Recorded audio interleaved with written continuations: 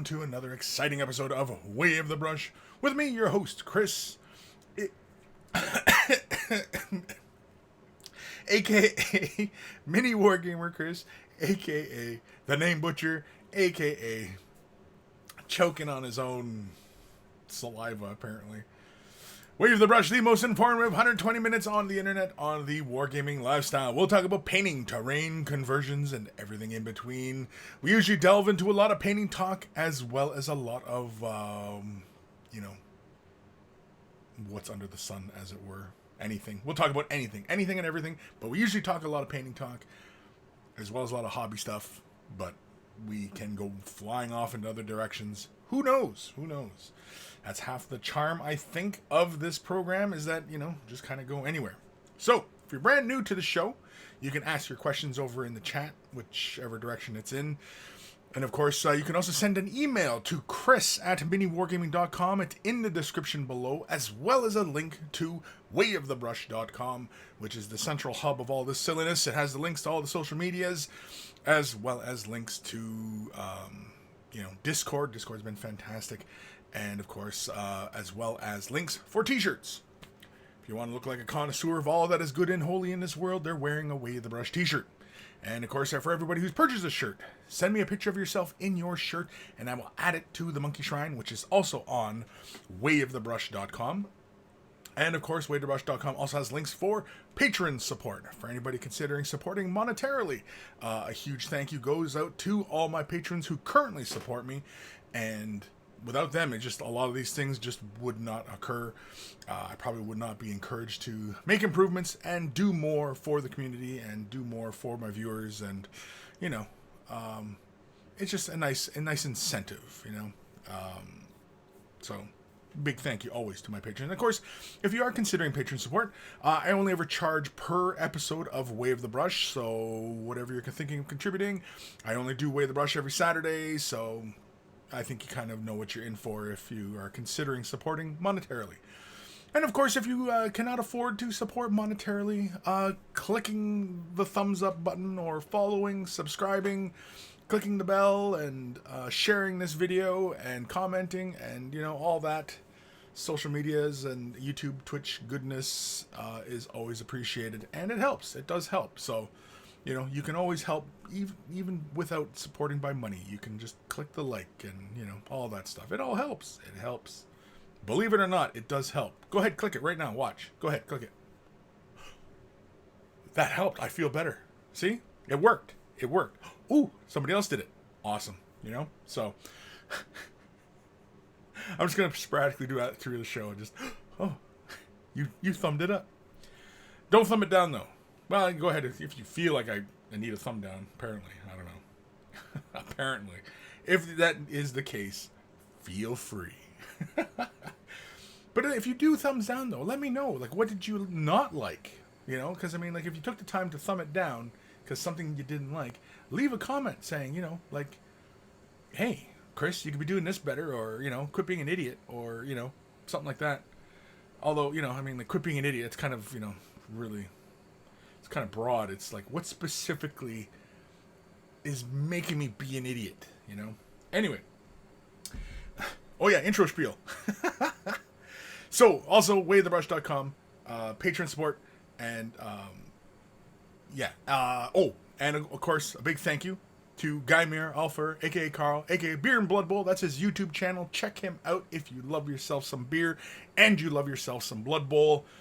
It's happening over at Beer and Blood Bowl. Great channel. The guys are hilarious. It's fun just tuning in and just listening to them just talk smack to each other. It's why I tune in, because, they're pretty funny.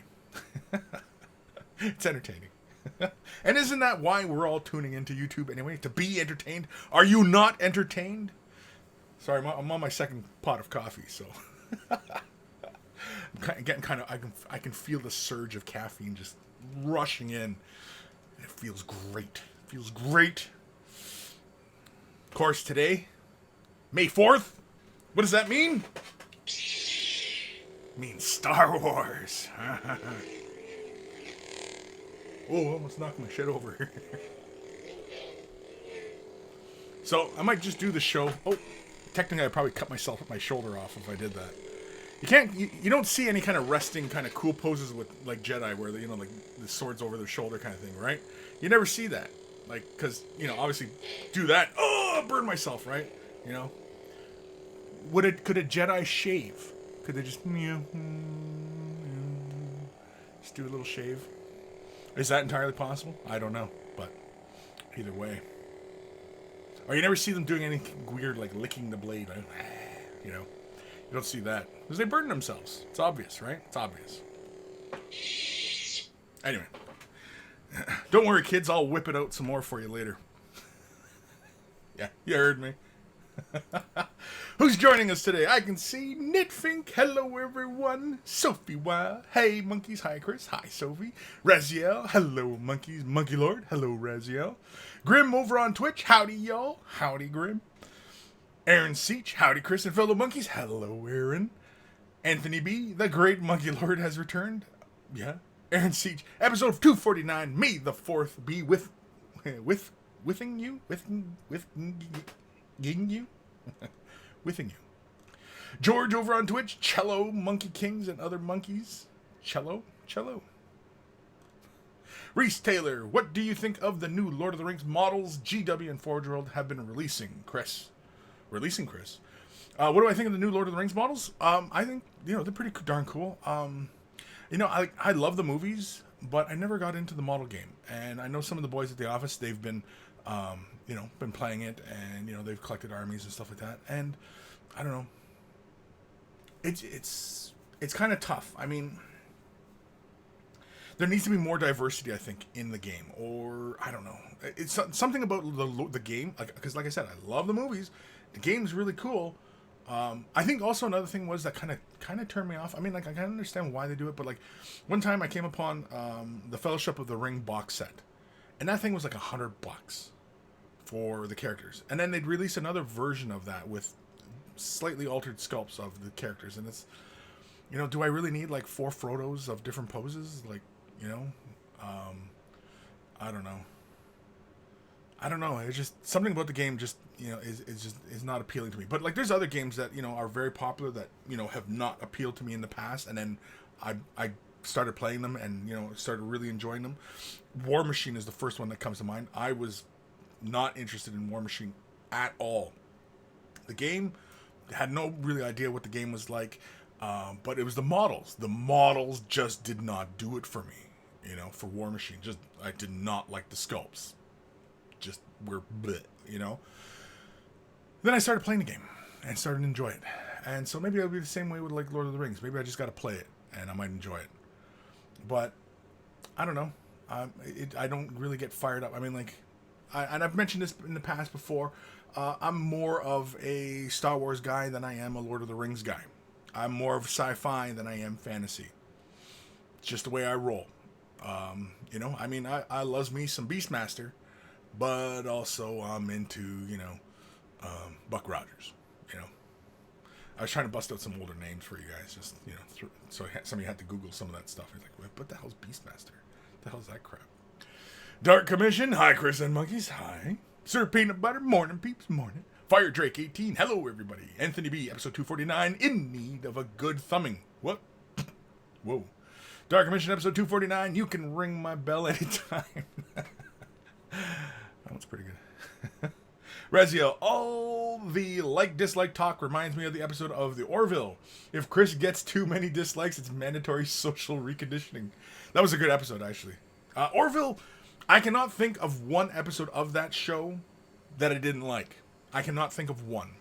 Like there's some episodes where, yeah, the pacing is, different, but no, usually they're all pretty good because I think what it is that the humor keeps you into the show, and even things that are kind of like character based and it's not a lot of action, or but even Orville does not have a lot of action. It's really just the interaction of the characters and the social situations that they're in, and what I mean, and these kind of interactions. The show's not an action show, and it's based heavily like Next Generation, right? Star Trek Next Generation. But with Star Trek Next Generation, when there were slower episodes, like where there was more character type stuff, it was it's like, okay. And then when you go back and you're watching, you're going through like all the seasons of Star Trek. It's like, I can skip this one. Nah, I can skip this one. Orville, no, there's not a single episode where I would skip past it. I would watch them all because they're all really good. Because even the episodes that, were just kind of more character heavy, it's the interactions, it's the humor, and it's the humor. And I like Seth MacFarlane's humor. It speaks to me. I mean, like, the guy has crude humor from Family Guy, and you know what I mean? And, so, yeah, I just dig it, man. I just dig it. And Orville is a really great show. I enjoy Orville. I watched that second season of Star Trek Discovery, and I think Star Trek, they should have started on that foot for the show. The first season of Star Trek Discovery was barely Star Trek. It had the name of Star Trek. The second season of Star Trek was a little bit more. It was a bit more like the Abrams type of Star Trek. And it wasn't quite. Like, Orville is Star Trek. Orville is Star Trek. Star Trek Discovery is not Star Trek. But the second season, though, was I enjoyed it. It was pretty good. It was interesting. It kept me watching. And I actually tune in on the Thursdays when it aired around here. Yeah, I tune in for it. So that tells you that I was into it, because I was waiting for the next episode to occur, right? So, yeah. Anthony B, episode 249, your Tauntaun is showing. The Tauntaun. I do the impression of the Tauntaun, but I can't because I'm kind of giggly, so I can't do it. So I'm not going to do it. I can do a Chewbacca too, but I'm not going to do it because I'm kind of giggly. And of course, Chewbacca. Chewbacca's moved on to the spirit world, so, moment of silence for poor old Chewbacca.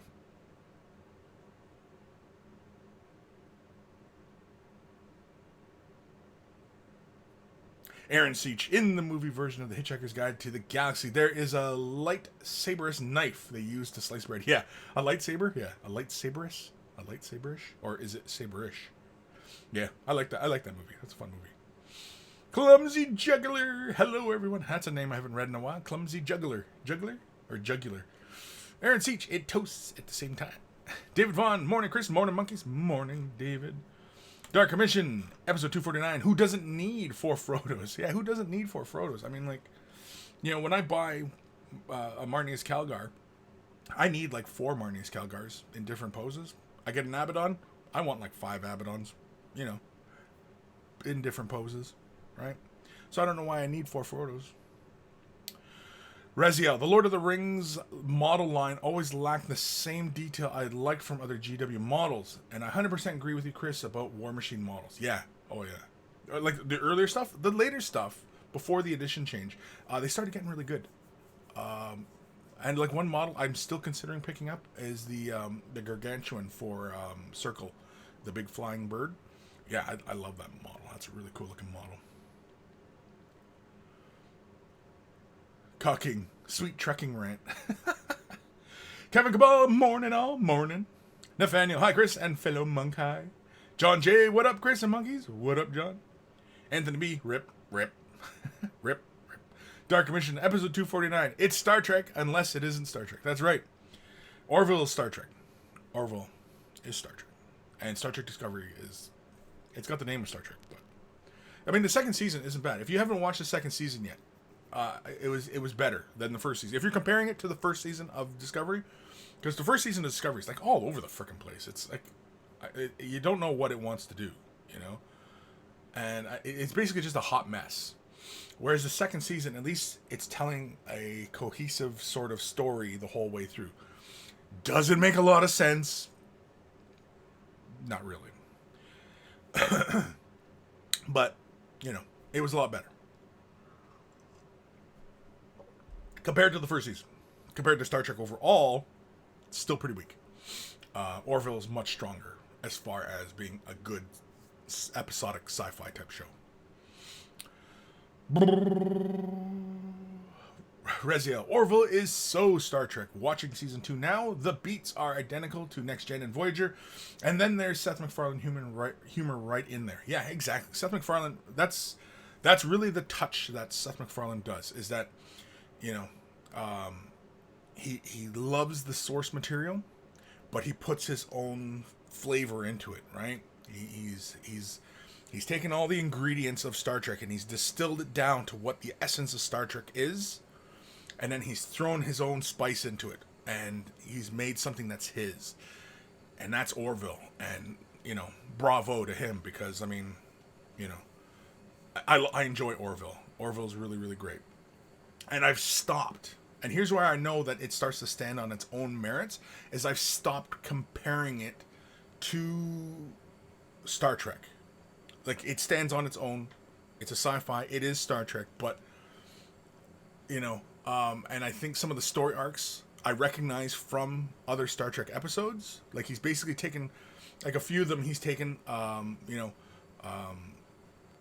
like a story or one of the morals of the story of a particular episode, and he's looked at it in another way, and I think that's really cool. So basically, it's kind of like, I don't know what that's called, where basically you tell the moral of a story, but basically because society has changed since the time that story came out, that you are shedding new light on that similar subject. Anybody who's watched a lot of Star Trek and has watched Orville knows what I'm talking about, and everybody else out there, you got to catch up. You got to catch up. You're missing out on Star Trek and Orville. You're just missing out. I don't know what you're doing with your life. Maybe. I don't know. Nathaniel, episode 249. Kris imitates a tauntaun, gets lightsabered.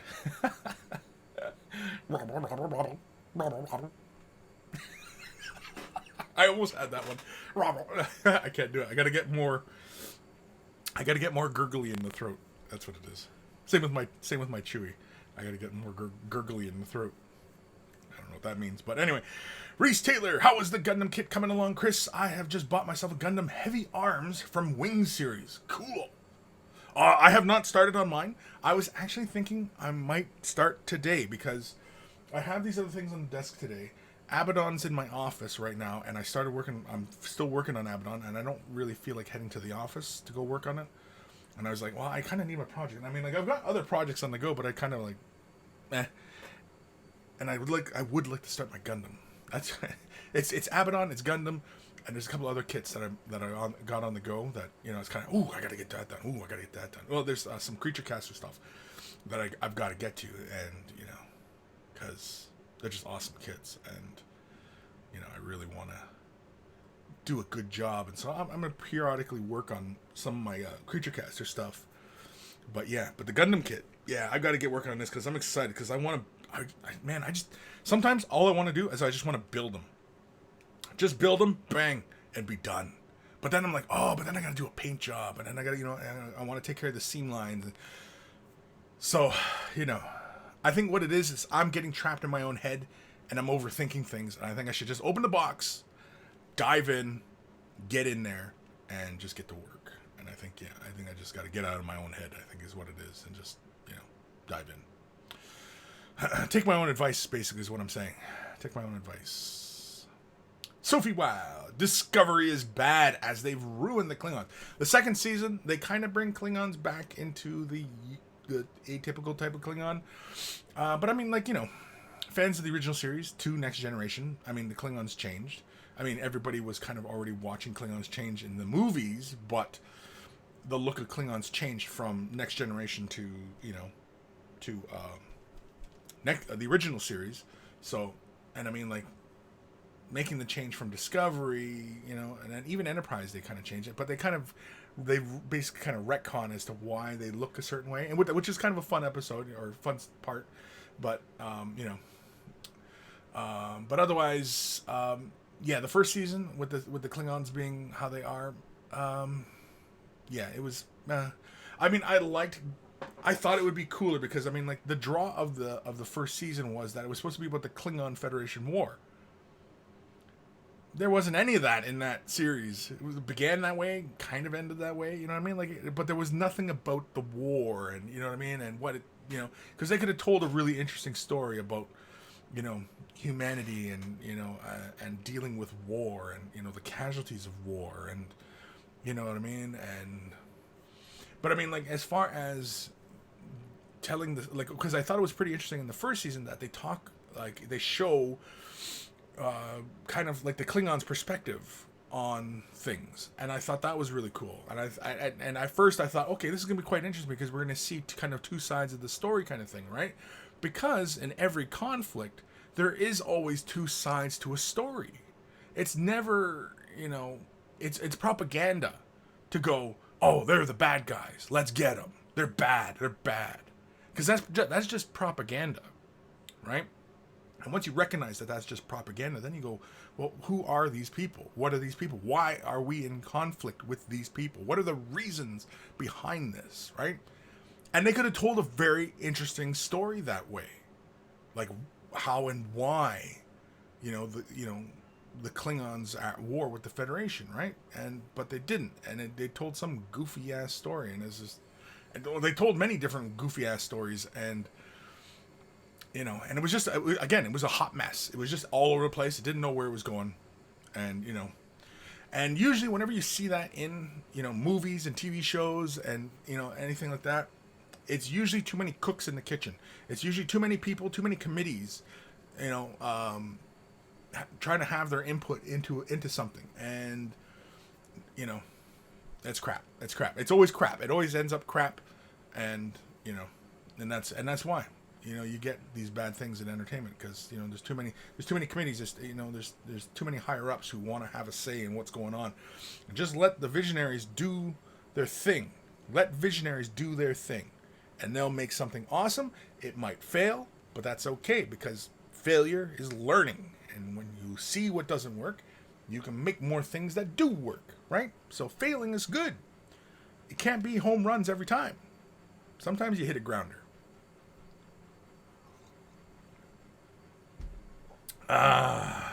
So anyway, where am I here? Before I get all mad at Sophie's comment. No.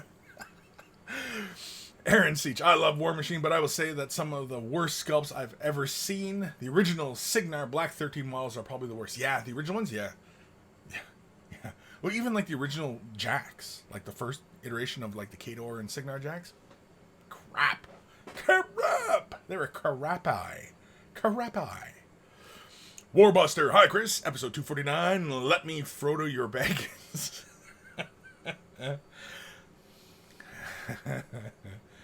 I like that, actually. That's pretty funny. Let me Frodo your baggins. Oh, you want to Frodo this? Good one. Reese Taylor, they think they should do a Star Wars Jar Jar Binks backstory. No, because, episode 1, pretty much, you would get the gist of him. He's a two-dimensional character. He's two-dimensional. Because he's just there for comic relief. And, there's not a lot of depth there. Because if you start delving too deeply into his backstory, then we start to care for him, and he no longer becomes funny, right? It's no longer okay to laugh at him once you realize that his life is pain, or and these situations, and he just doesn't become funny anymore. You can't laugh at him, because once you really get to know him, you start to feel for him, and you can't do it. You can't do it. Jar Jar Binks has to remain a two-dimensional character, because otherwise we can't laugh at him. The character, not the person who played him, because apparently that dude tried to kill himself. Apparently. Dark Commission, episode 249. 4 Star Treks and a Frodo that isn't. Anthony B. The Orville always reminded me of that Black Mirror episode. Oh, yes and no. It's because it's shot in a very similar fashion, so it has that similar appearance. But the storytelling in it is on par with the original Star Trek and Next Generation. Orville is on par with the original Star Trek and Next Generation. Although the style and everything like that is very heavily influenced from Next Generation, because Seth MacFarlane's a big Next Generation fan, but he's a big Star Trek fan too. So, and you can see it. You can see it in his production, because everything about the show is Star Trek. And I remember before, when they were talking about like rebooting Star Trek, and Seth MacFarlane, and I, as far as I know, this is just rumor, but he wanted to do Star Trek. He wanted to take Star Trek, and they said no. And so then he made Orville, and Orville is Star Trek, and Discovery is not. It's an interesting sci-fi show, but it's not Star Trek. It's got names of Star Trek stuff, but it's not Star Trek. So, yeah.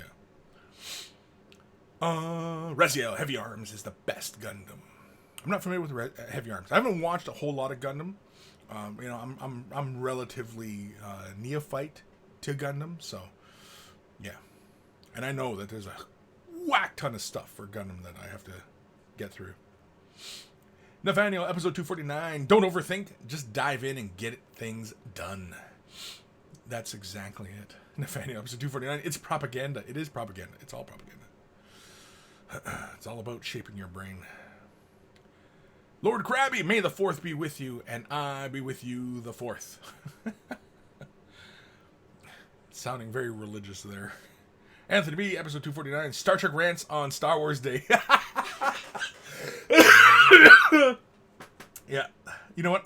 That's it, Anthony. Good call. It's Star Trek rants on a Star Wars Day. I know, it almost seems sacrilegious, even though I'm sitting here with a lightsaber in hand, even.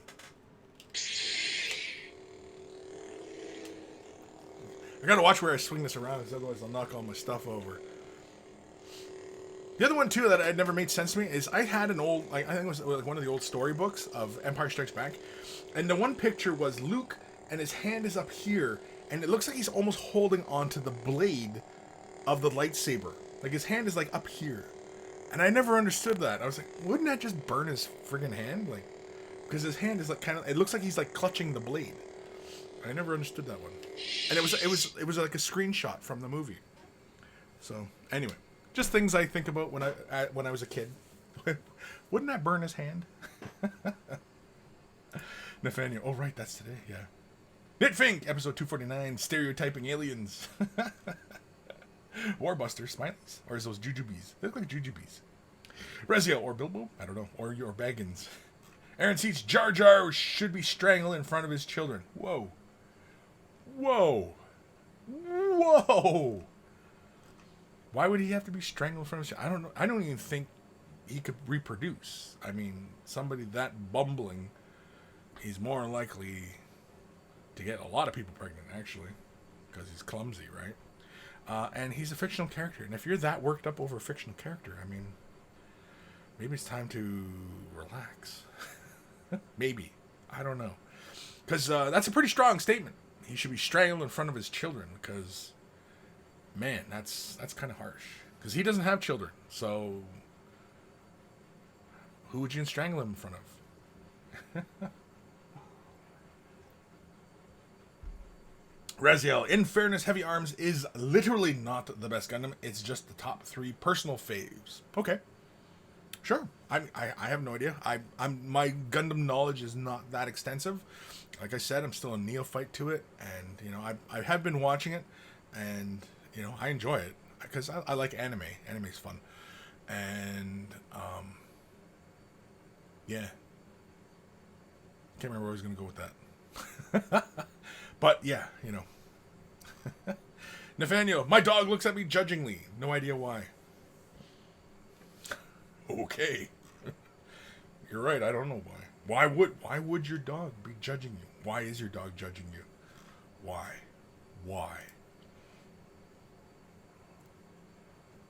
What are you doing in front of your dog? What have you done to your dog that he's judging you? Cocking 0W0 or OWO. What is that? I don't know what that is.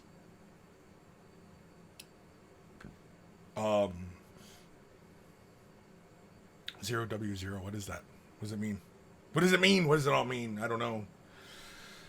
Oh, man. So, you know what? What time are we at? Holy cramolies. We're already 30 minutes into the show. And I do have quite a few emails to get through, so let's do an email. Let's do an email ahead of schedule. Like there's a schedule on this show. There's no schedule. If you have headphones on, turn them up or down, but here it comes. Email time. It's email time.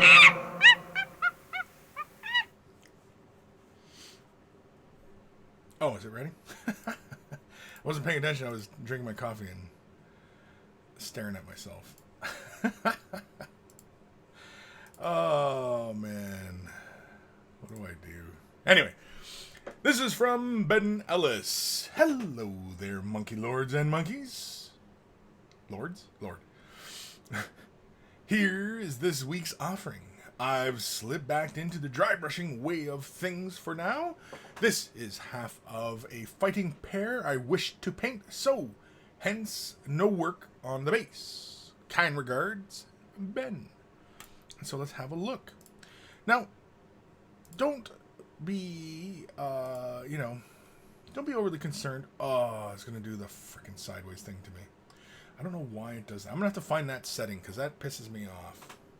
Because I want to, anyway.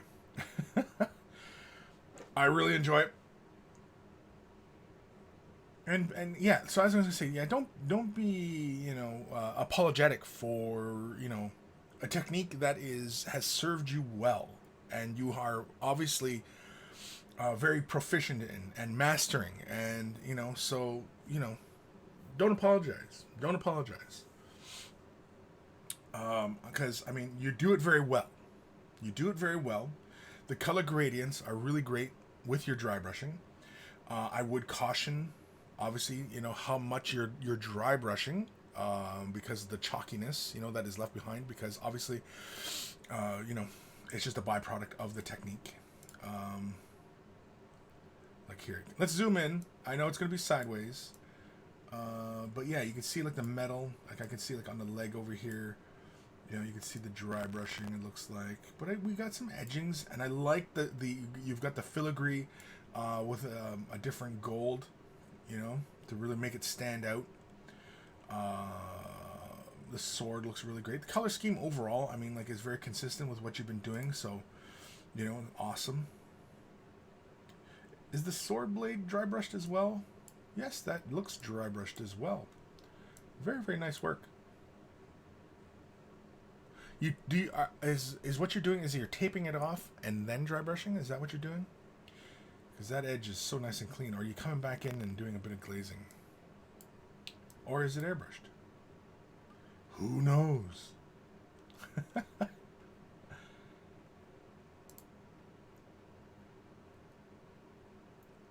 But yeah, don't apologize, man. It's really good work.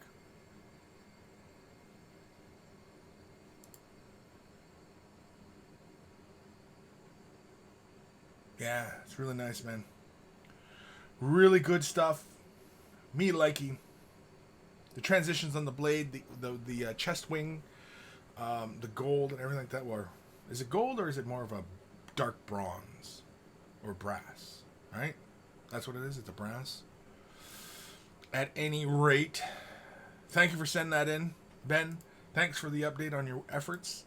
Really good stuff, and I look forward to more updates from you.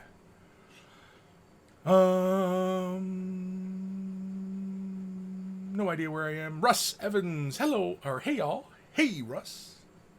Reziel, Gundam Wing is probably the most famous series here in North America, and Heavy Arms is one of the 5 suits in that show. I'm a massive Tail Geese fan, actually, too. I'm not familiar with Tail Geese. You have to. Anthony B. Tail Geese was always my favorite Gundam. Tail Geese? Okay. Yeah. You guys gonna have to show me some pics or something, because, yeah. Ka King. Early email. Sir Peanut Butter. Tail Geese is definitely my fave from Wing and Endless Waltz. Okay, well, now you guys are piquing my interest here, because, you're all chiming in on Tail Geese, and now I gotta find out for myself here. Where's the best place to start for that? Is it Wing or Endless Waltz? Like, come on, complete noob here. Help me out. If I'm helping you out, help me out. Help a brother out here. Shogun Ka, William Ka. It's not Google. It's the camera. It's the camera. Why would the camera move the picture? No, I think it's Google. I think it's the way it interprets the thing. I don't know. Either way, figure it out at some point. We'll figure it out. I really should. I'm like 200 episodes in, and I still have yet to work that out. So, might be 200 more before I finally get around to it. Reese Taylor, Gundam 00, and Iron Blooded Orphans are really good series too. I imagine there's a lot of great series. You know what? I'm just gonna have to figure it out. Because I was watching, I think it was Unicorn. Yeah, I was watching Unicorn, and yeah. Anyway, was it Unicorn? Yeah, it was Unicorn. Dark Vision, the best dry brusher in all of Christendom. Christendom? Cocking. It's the encoding of the Apple camera that makes the zoom turn the picture sideways. It's the Apple camera. What's the Apple camera? What's the Apple camera? There's no camera. It's in my browser that I'm looking at. It's not a cam. Rezio, the shadow knows. Nathaniel, I wonder, is the entire mini dry brushed, or is it dry brushed in certain phases? I imagine he builds up a base coat and then he starts dry brushing his highlights on. And it looks like a good deal of the model is dry brushed, like all the armor places to bring up his highlights and transitions. He's dry brushing it. The transitions on the shield was dry brushed. The wings, the blade, I'm not sure because it kind of looked like maybe a combination of the two, which is fine, you know. Whatever gets you to that end result that, you know, makes you happy, I mean, by all means, do it, right? So, yeah. Lord Krabby, I love Gundam, to be honest. No, lie. Please, lie to me. Lord Krabby, it has fighting tourney with mech suits. Okay. Rezio, Gundam Wing. Gundam Wing, yeah. Rezio, you have Hulu, Kris? No, I do not have Hulu. I do not. They don't have Hulu up here in Canada. They have something called Crave, I believe. I believe Crave up here is like the Canadian Hulu. I don't know. All these services now. And of course Disney, when they come out with their new streaming service, I think it's supposed to be like November. Disney's going to get my money. I hate myself, but they're going to get my money. Okay, Sir Peanut Butter says, Wing first, then Endless Waltz movie after that. Okay. Wing first, then Endless Waltz. Gotcha. Raziel, my current favorite series is either Wing or 08th MS Team. So good. Okay. We got some really great recommendations here. I do have an Android box. So maybe I can stream them there, because I don't think Netflix has... Well, I've been watching some of the Gundam on Netflix, but as far as Hulu, though, we don't get Hulu up here, so... But we have Crave, and I could not tell you if Crave has Gundam. But I think I've seen Gundam on Amazon, because I have Amazon Video, so maybe I'll have to double check, because I know Amazon has a huge anime library. And so I might have to check that, yeah. Raziel, search your streaming services. I can watch Wing on Hulu, but you might find it elsewhere. Yeah, I'll have to look it up. Gundam Wing. Right? That's what the series is called? Gundam Wing? Wing? Wing. Kind of fun word to say when you say it many times. Wing. Wing. Wing. Just get lost in a word sometimes. Can't help it. Weird that way. Let's do another email. Because like I said, we do have quite a few.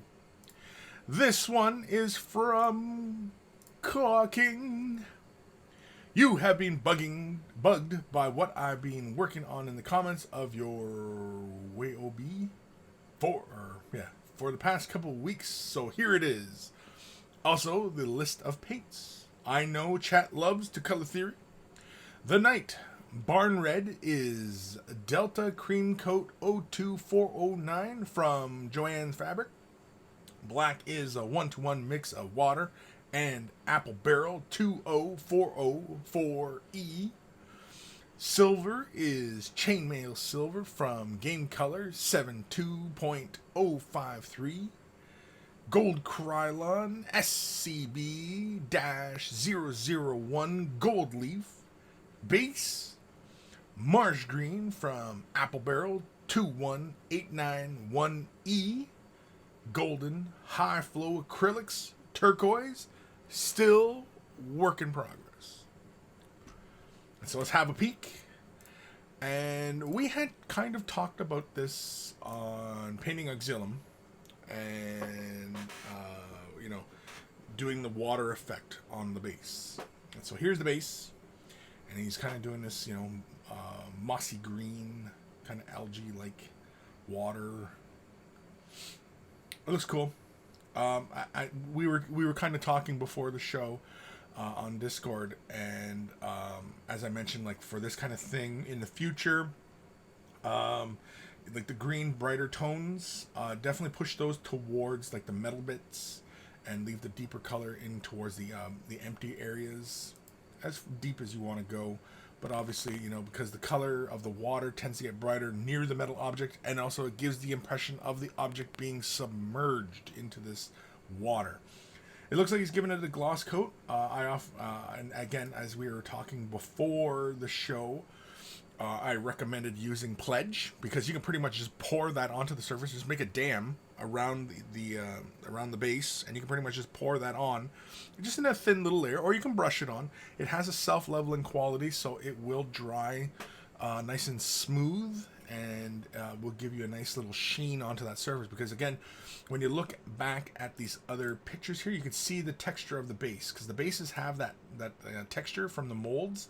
You can see like the little bumpiness, and that's just the texture of the plastic, right? But to create a convincing water look, either you use a lot of bright color and create a lot of contrast so that the eye kind of looks past that bumpiness, or you throw a material on top of it to hide and smooth out that look. And so here's his Titan. Very cool. Digging the color scheme. I like he's got this great big arm, and he's got the one cannon on the other one cannon on the one arm, and then he's got this other arm with a big chainsaw, but it's got just little bolt guns on it. I'm sure those are heavy bolters, but still, there's cute little guns on it. What do you know? Little footballs.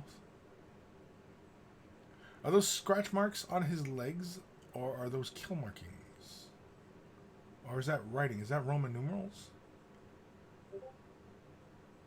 I'm not sure.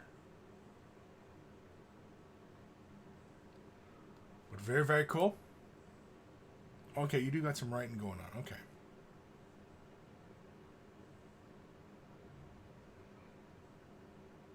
Yeah, I dig it. I like it. It's nice and clean, I think like where you're doing a bit of your black lining, I think do be careful, just not to lay it too heavily. Use a nice sharp little brush, thin the color down. Corset also offers you the opportunity to do some kind of fun kind of stuff as well. So when you're pushing that darker black into those recesses around like the shoulder pad here, and practice maybe a bit of feathering, and blend that thicker edge out as you're laying it in. Now, I wouldn't do the whole perimeter as I'm doing it. I'd probably do it like a couple centimeters at a time, lay the little bit of line down, feather it out, lay another centimeter down, feather it out. Kind of use like the logical corners to go about and clean those things up and such, Yeah. Very, very cool.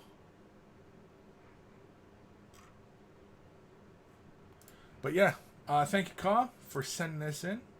His little bits. Oh, he's all magnetized up too. Ah, gotcha. Yeah. Again, man, like concentrate on just laying a nice, smooth base tone onto the model. Don't get all worked up about laying huge amounts of transitions or anything like that down. And yeah, it's really nice work, and it's looking pretty darn clean. So, awesome job. Awesome. Where am I? I don't know. Bum, bum, bum, bum, bum, bum. Anthony B, all this wing talk makes me want chicken wings. Chicken wings. Lord Krabby, LOL, we want for Star Wars to Star Trek to Gundam. So who knows who likes the Slanesh models? I really like the new Slanesh models. They're pretty darn cool. The Demon Prince, like it was actually a very interesting direction they went with the Slanesh, because I thought they were going to kind of do the typical kind of thing with them that they've done in the past, you know? Like the Greater Demon, worlds better than the old Greater Demon. The Demon Prince, at least the current guy there, he's cool, but he, you know, I don't get the sense he's a demon. He just seems like a giant dude, you know what I mean? And all the, like, the mirror thing and the guy all strung up, you know, as a harp is really, really cool. You know, I don't know. I like the overall direction they've gone with Slanesh. It's very, very cool. Very, very cool. I enjoy it. Cucking, there is no gloss, it's just golden. Oh, okay, it's just the gloss nature of the paint, of golden paint. Okay. John J. Kris, I just emailed you the list of mobile paint station goodies you asked for. Oh, the mobile paint station. Oh, did you? Excellent. Yeah, because I was wondering, like, dude, like, that was last week, man. Because I was curious about the lamp. Yeah, the dual-sided lamp. Okay, awesome. You sent me a link. Excellent. Okay, awesome. Thank you, John. Thank you. Because that may come in handy when we do actual physical classes at the bunker. So, yeah, and I was thinking, yeah, it'd be pretty good because we got a whole bunch of tables. We're going to set them up, you know, and it'd be nice to have a lamp, bang, two sides on it. So you could have, like, say, two people sitting across from each other, working from the same lamp kind of thing. That kind of thing, right? Oh, man. So much coffee. I feel like my heart's about to explode. No, I'm just kidding.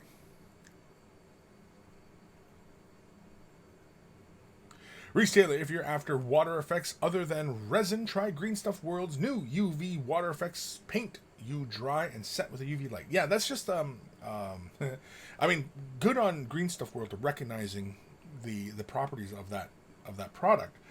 The UV cure resin, I mean, like, they've been using it obviously in the SLA printers, and they're also using it as an adhesive, you know, you can bind, you know, pieces to. And of course, yeah, it makes excellent sense to use it as a, you know, a water effect on our bases.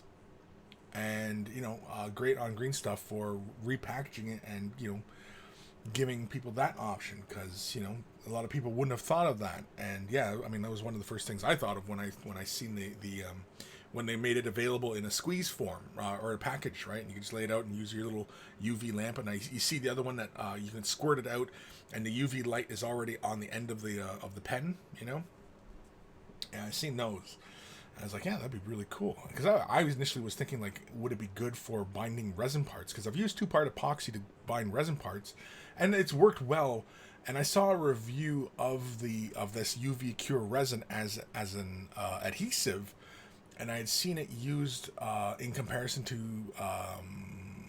cyanoacrylate, and apparently the cyanoacrylate outperformed it. And so I was like, oh well, I guess that kind of solves that. I mean, like, I'm probably still going to pick some up at some point, but I probably won't use it for an adhesive. Now, mind you, that person was really being forceful and deliberate with parts, whereas for our needs, it might be the cat's pajamas, right? So hard to say. Again, you know, trial and error. And once people start using it and say, oh, you know what? Yeah, it does work really well. Dropped a model, didn't happen. You know what I mean? Like, nothing broke. So it might be a great alternative for, like, say, resin kits. That's the first thing I was thinking of, was resin kits, because I'm just not a huge fan of using cyanoacrylate to glue resin parts or even pewter parts together. Just because, like I've said many times, that cyanoacrylate is a middleman. It's holding on to both pieces, and you're relying on it. And when it cures brittle, rock hard, especially if you use too much, right? And I always caution people not to use too much super glue when they're binding parts together. Use, you know, like just a tiny dot, and just so you can sandwich the parts together so that you can barely see that there's a a gap between them. If you can see that there's any kind of gap or the glue is coming out the seams, you put too much down. And, yeah, because it's so brittle, and just the shock of falling from the table or falling out of your hand, hitting the table, or from the table to the floor, and the shock just seems to break that super glue, and the parts come apart. And, the parts come apart. Yeah, that's what I said. So, yeah. Whereas something that was like a resin that was hanging on to the things. But again, it's still a middleman, but I don't know. I was thinking because it wouldn't cure rock brittle, right? Like rock hard. I was thinking that it would still have a bit of a give to it, a bit of softness to it, which actually might be better because upon impact, you know what I mean? There's still a little give, right? So, I don't know. We'll see.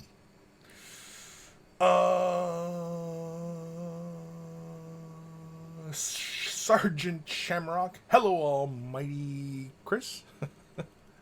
Some call me Tim. Dark Commission. Small water effects can be achieved with heavy gloss medium. Yeah, that's I mean, there's many products that dry clear and, Mod Podge. Yeah, Aaron says Mod Podge. Mod Podge is another excellent one. Like I said, there's, a lot of these things are all very similar products. Like water-based acrylics and stuff like that, I mean, I'm not even 100% sure with Pledge if it's an acrylic. It's got to be, but I don't know. Disco Duke, hi everyone, hi. Nathaniel at Aaron, what is Mod Podge? Mod Podge? Mod Podge is typically used you can use it for priming canvases. A lot of artists use it for many different things. You can use it as for like collages. You can use it like an adhesive. It's essentially like a thick PVA glue, essentially. Yeah. Lord Krabby, Nathaniel, I want that new Keeper of Secrets. I want like 50 of them. Jeez, 50 Keepers of Secrets? Why would you want 50 Keeper of Secrets? You got that many secrets to keep? Dark Commission and Nathaniel, it is a model glue like PVA but different. Comes in gloss, matte, etc. Doesn't go yellow. Yeah.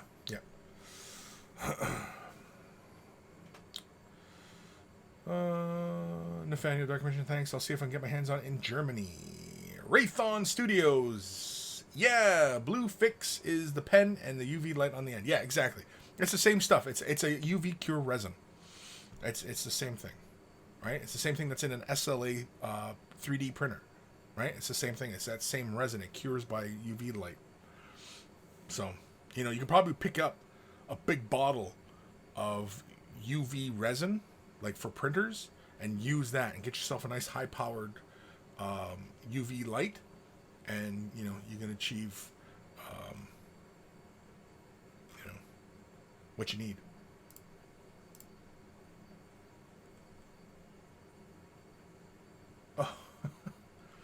I do check. I seen somebody, Chaos Engine. He says, LOL. You don't check your Twitch chat.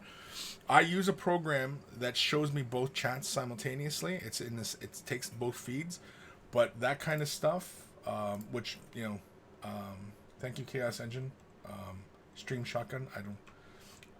I'm not that up with the whole stream twitching thing, like all these gems and stuff like that. But thank you. Awesome stuff. But yeah, it doesn't show up in my chat. So, yeah. It should. They say they're gonna make upgrades to this thing. What I'm using is the program called Restream, and it takes the feeds from both chats and it sends it to, and so it's one window I'm looking at, but it gives me both feeds. Anyway. Raython Studios. It's a good for gap filling, but not for glue. Yeah, I'd imagine so. Yeah.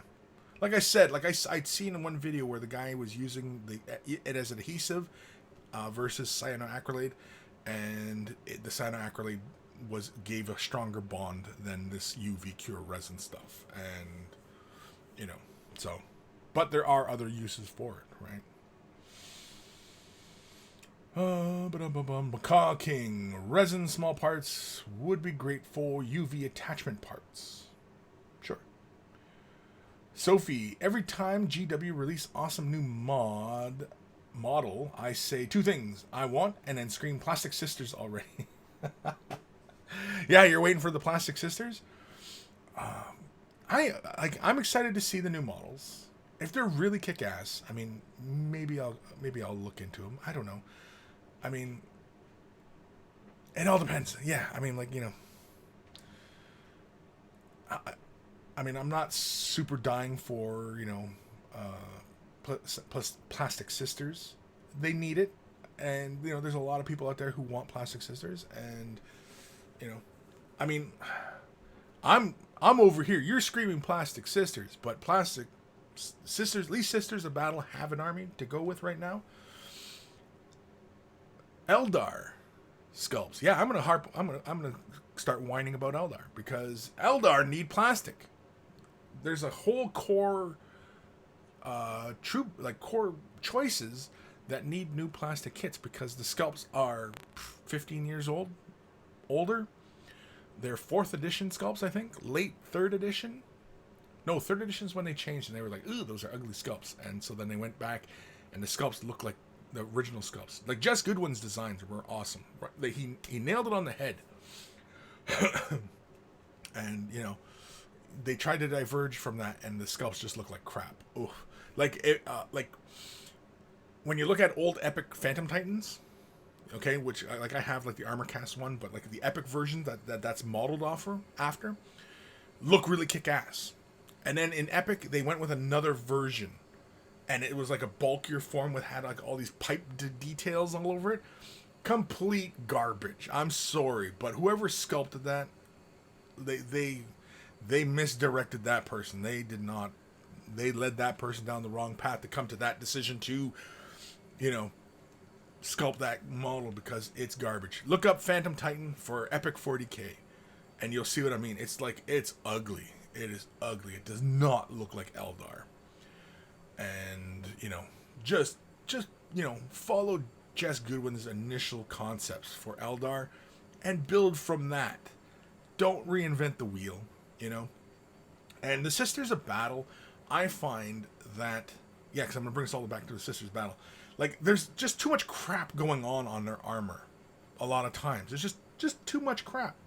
And, like, why is it that there's always these big fleur-de-lis over their boobs? Like, you know, right over the nipple spots. I mean, you know, like, I seen the Stormcast Eternals, that they have female Stormcast Eternals. And, yes, you can tell it's a female form in there because they have space for boobs, if apparently the warrior had giant boobs. But at least it wasn't like it was like more like, you know, a logical kind of thing for a suit of armor.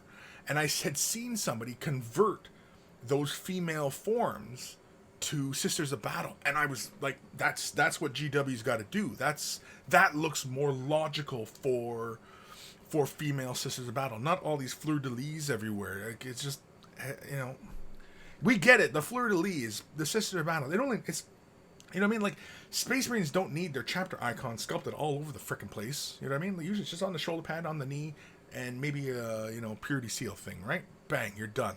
They don't need all that extraneous type of detail on them, you know? And I don't know why Sisters of Battle, they're always going overboard with those details.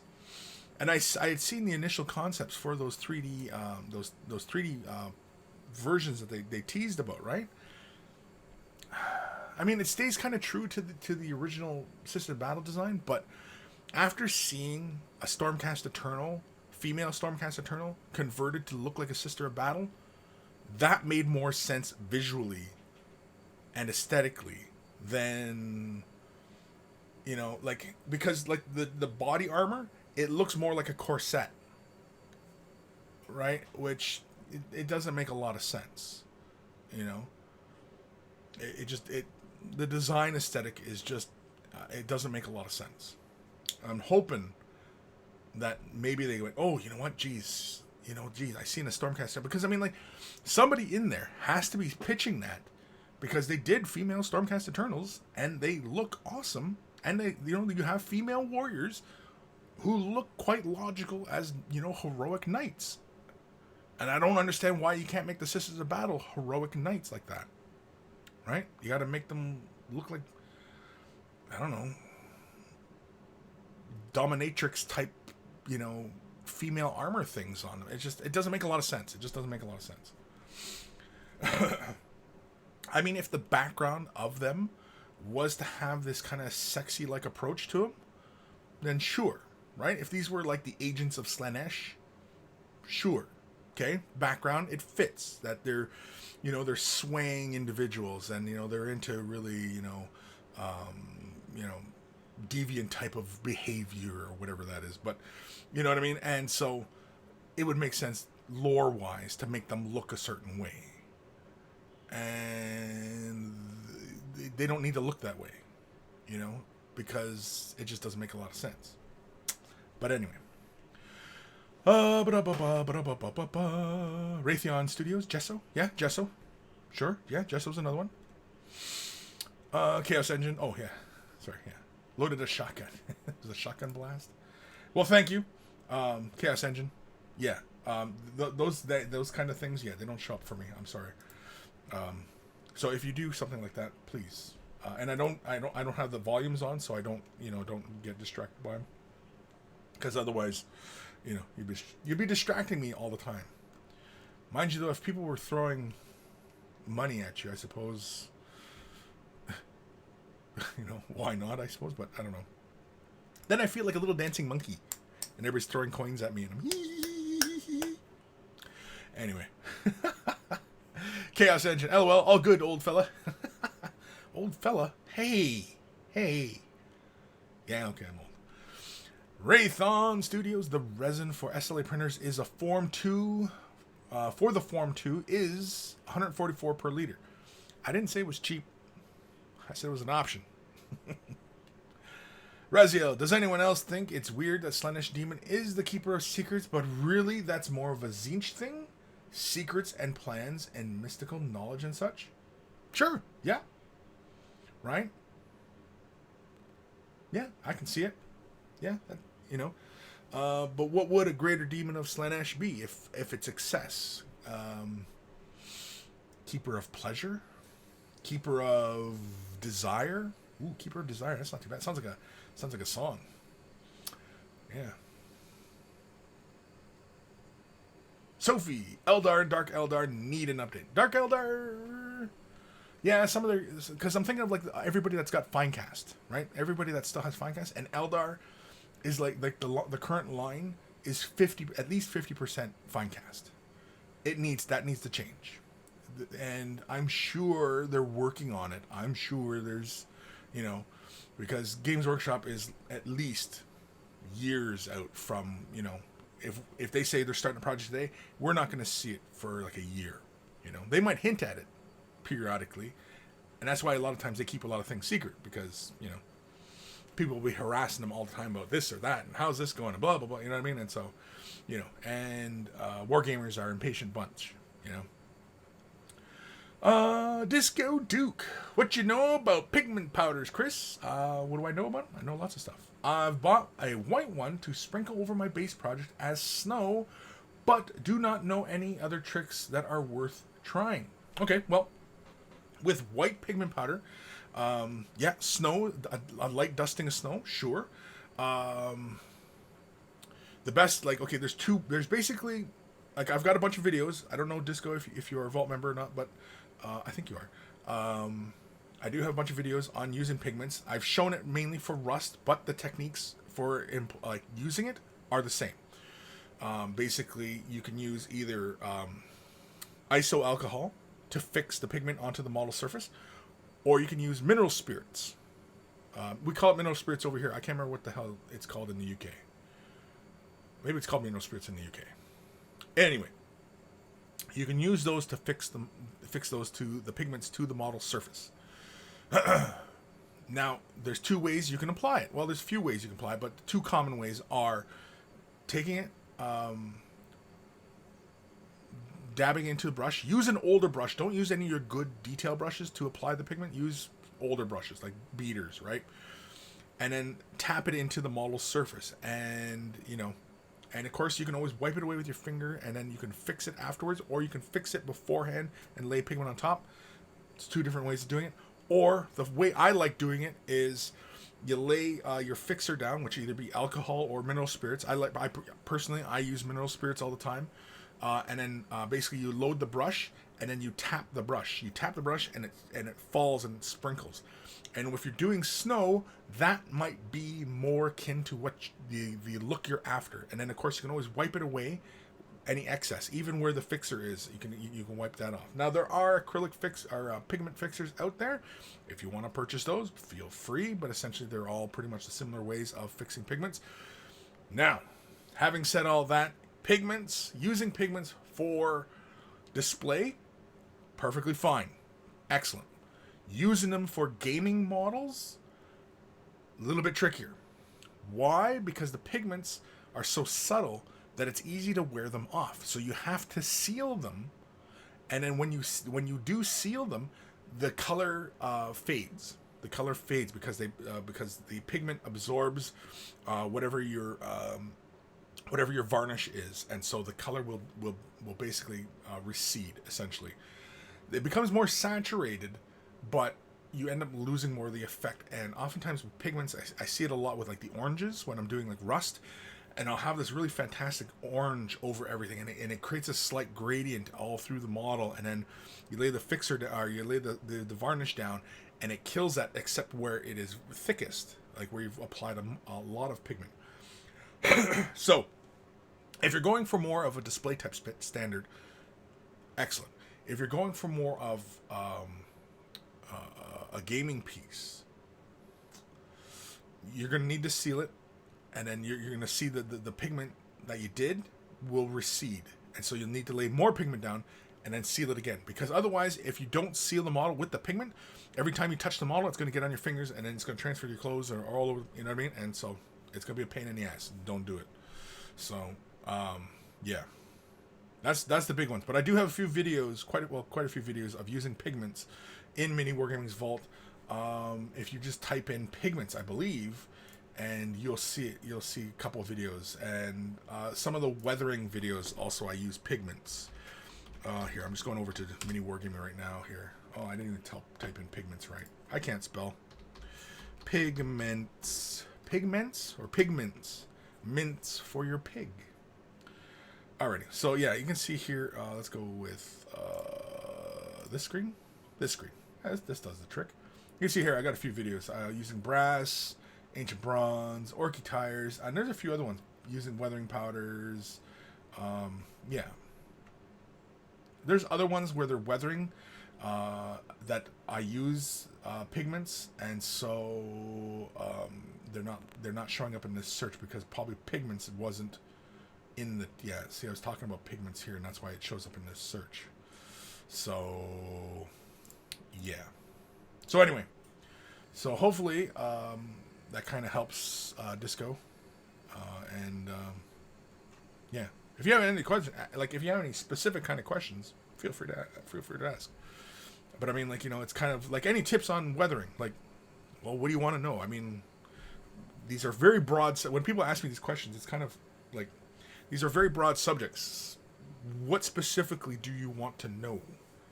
You know, I have made many videos on these, and you know, it's all in Mini Wargaming's vault.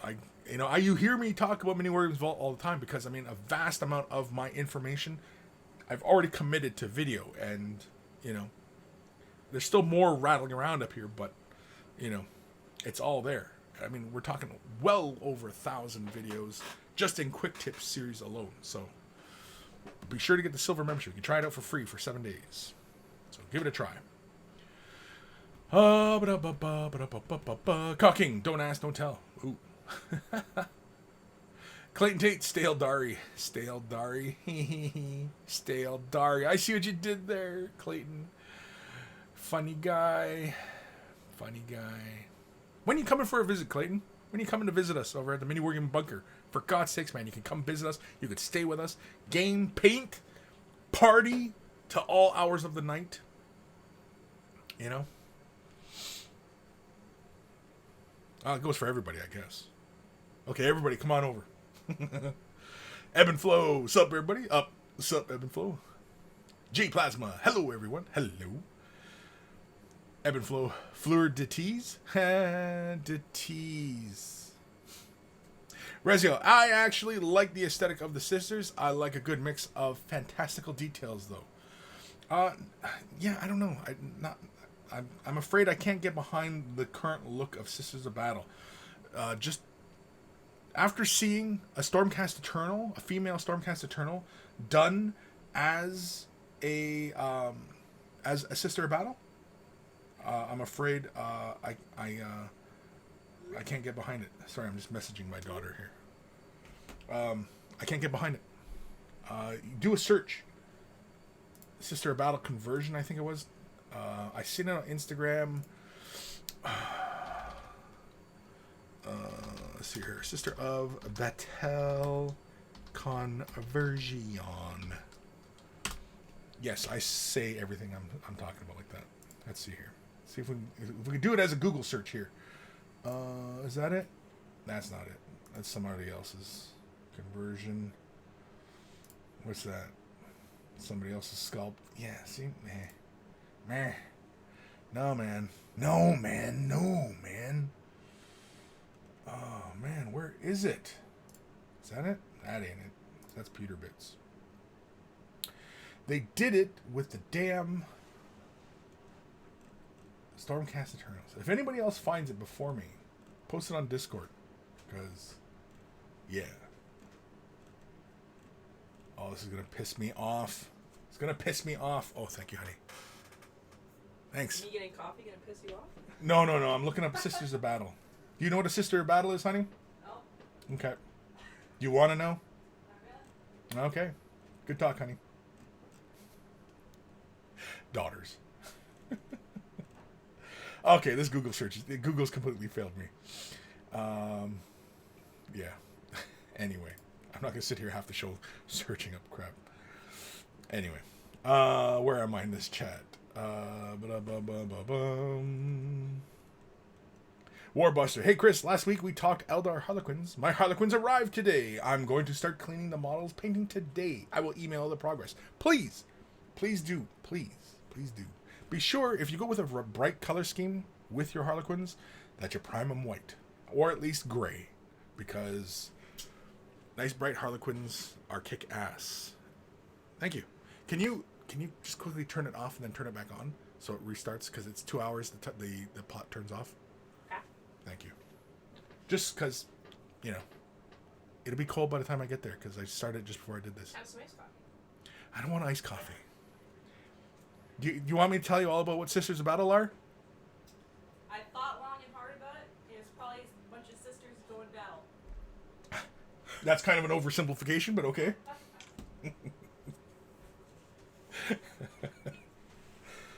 Little smart ass. Where am I in this? Dark Commission's Mineral Spirits is White Spirit. Okay. So, I knew the UK calls it something else, or Europe calls it something else. One of the two. Either way.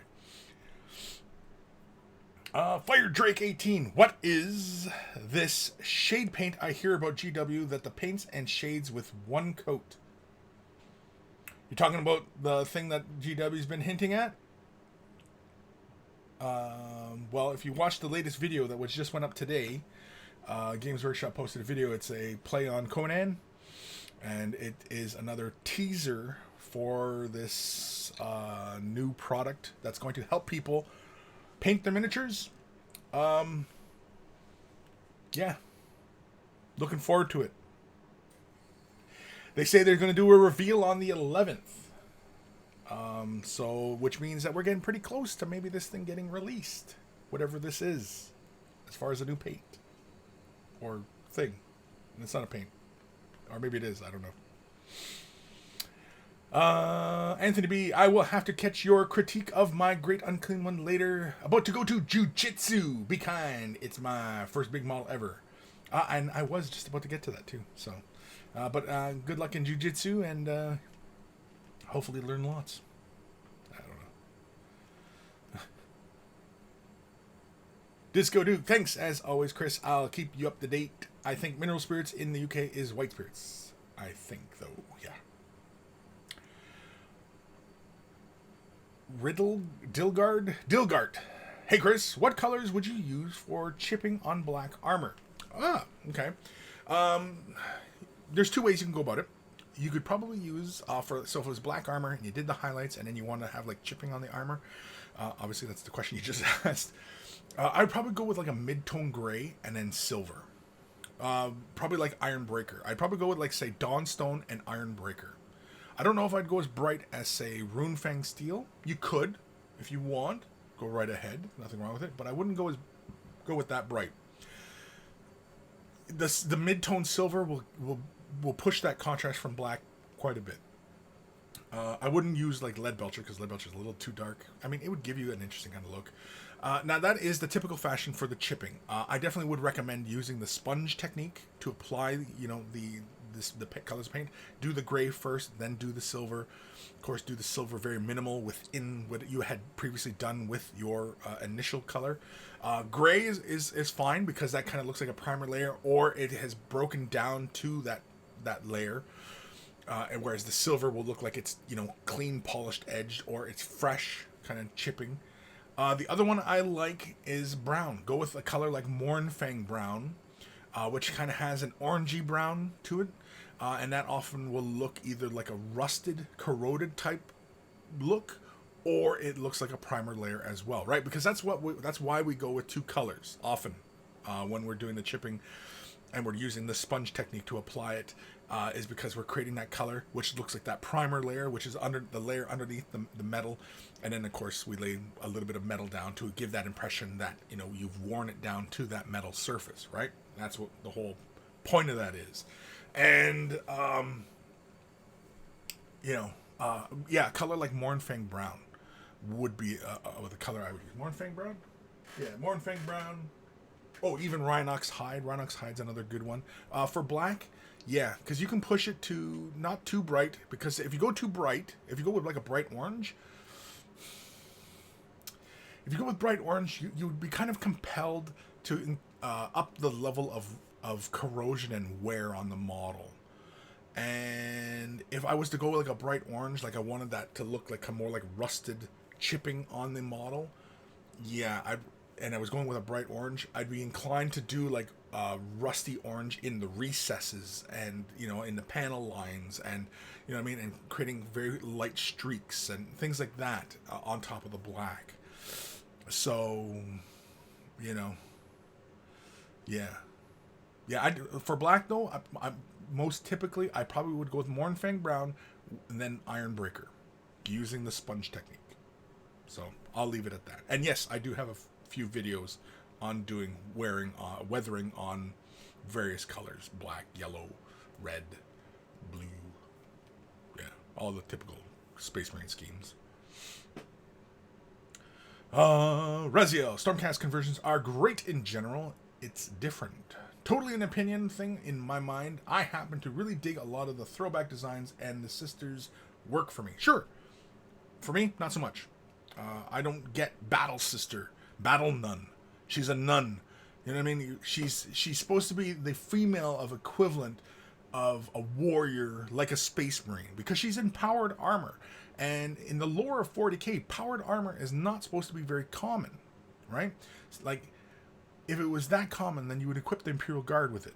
It's not that common. Even officers would be equipped with powered armor. And even Space Marines would have good powered armor, right? But Space Marines, for the longest time, they were mixing and matching powered armor because replacing powered armor was difficult, right? That's why there's different variations of armor on a Space Marine, right? He'd have like a Mark V chest with a Mark VI helmet and a Mark IV shoulder pad with a Mark VII shoulder pad, and you know what I mean? Like, he'd be a mixed match of armor types. Why? Because pieces would get damaged and he'd have to replace it. Well, you don't get the brand new one, you get an old one, and that's why they revere that stuff, right? And they're the main fighting force of the Imperium. Yet the Church maintains a military arm, and they're just normal human female wearing powered armor, and all their armor is consistent, right? So they're a militant fighting force. Yet their artificers are superior to a space marine, tech marine, who was trained on Mars, who are the guys who make technology. It doesn't make sense. But maybe that's the point, right? Maybe that's the joke within 40K, that the church maintains this secret thing, and the church is hoarding wealth within the Imperium. So, maybe that's the joke. John J. Kris, whoa, I just realized I travel to Batavia, New York every other week or so. Great googly moogly, that's only an hour and 18 minutes from the bunker. Dude, you're only an hour drive? My God, man, we drive an hour to go get a coffee sometimes. No, we don't. But Hamilton is like less than an hour away, and we take John's over there. Luca, who works for Mini Wargaming, Luca drives from Hamilton to the bunker every day. So, you know. That's good. That's good. Coffee. Yeah, John, you got to come for a visit, man. For an hour away, man. Come for a visit. And of course, you can always bring the wife. Come to Niagara Falls. Spend a weekend. You know, once the bunker's up and running, of course. I mean, we're already in. We're moved in. We can play and hang out and do all that stuff. But if you wanted to stay with us, that's still a little ways out yet. Sophie, I'm doing Stormcast now. They're great models. Yeah, I like the Stormcast. They look cool. I mean, obviously they're fantasy space marines, but whatever. But I like the female versions of them. I like that they have those variations. That's very cool. Lord Krabby, LOL, your daughter is funny, Kris. Daughter 1, Kris is 0. No, that score is probably more like daughter 1,000 and Kris 2. That's probably more the ratio. Well, even longer than that. Yeah, I've been getting played by my daughter ever since she was a baby, so. Getting played, man. I'm getting played. Sucker. I'm a sucker. Nathaniel, Kris, for the heresy your daughter just spouted about the Sisters of Battle, she deserves to be dragged before the camera for a live flogging. Just kidding. Yeah, she can be sometimes bashful. Sometimes, like she takes pictures and she's such a beautiful woman, and, I don't know why she's so camera shy sometimes, but, girls, what are you going to do? All the girls watching right now are like, hey, up yours. Sophie, it's a daughter's job to torment her dad. Yeah, probably. Yeah, I can see it. Reese Taylor, do you do painting tutorial, Kris, on new models that come out? I know you do some in the vault like Rodagus. Does it come down to time scale? Yes, it is time scale. Keeping up with new releases, I would not be able to do it. Because as anybody who does painting, like any YouTubers out there who do painting and do create tutorials, it's a lot of work. It's a lot of work that goes involved to doing it well.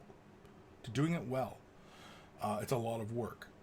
And there's a lot of people out there who are doing it and creating the videos and stuff like that, right?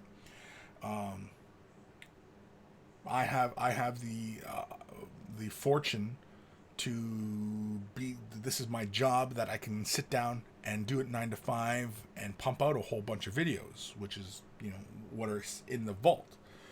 And like I've made the boast many times that there's no larger collection of painting tutorials on the internet out there, and still nobody's refuted my claim. So, I'll keep boasting it. On many varying subjects, of course, is the other identifier I'll say, is on many varying subjects, not just painting. Like, yeah, GW has been putting out a lot of videos, but GW does not vary what they're teaching. What they're teaching is very, very narrow. What I teach is much broader. But anyway, so as far as painting, keeping up to date with like model releases, like even just keeping up on GW's releases, not enough time. I would need the models way in advance, and I would have to sit down all the time and just hammer through them, and yeah. And if I was trying to keep up with other companies' miniatures as well as GW, forget it. you'd need more painters doing it, and it's just not the case. It's not where the business is focused right now. So, you know, maybe one time we'll return to something like that, where we'll return to more quick tips and stuff, but it's not where we're at right now.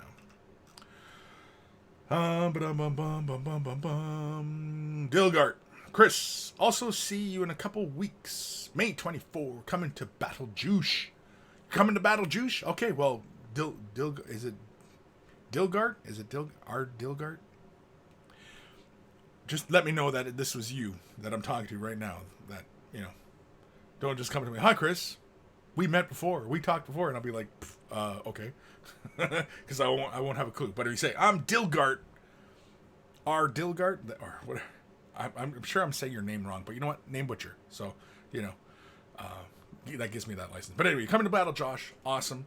Feel free to come visit me in my office. You know, we'll talk a little bit of painting, whatever you want to do. Also, too, you know, depending on how long you're around and stuff like that, I'm sure we'll be hanging out and having some laughs. Lord Krabby. Oh my God, Kris, that was an amazing rant. It makes a ton of sense. Which rant? I do a lot of ranting on this show.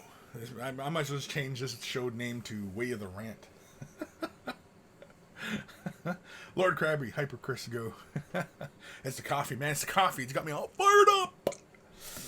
Nathaniel, email time? Yes, email time, because we're almost approaching the half-hour mark left of the show.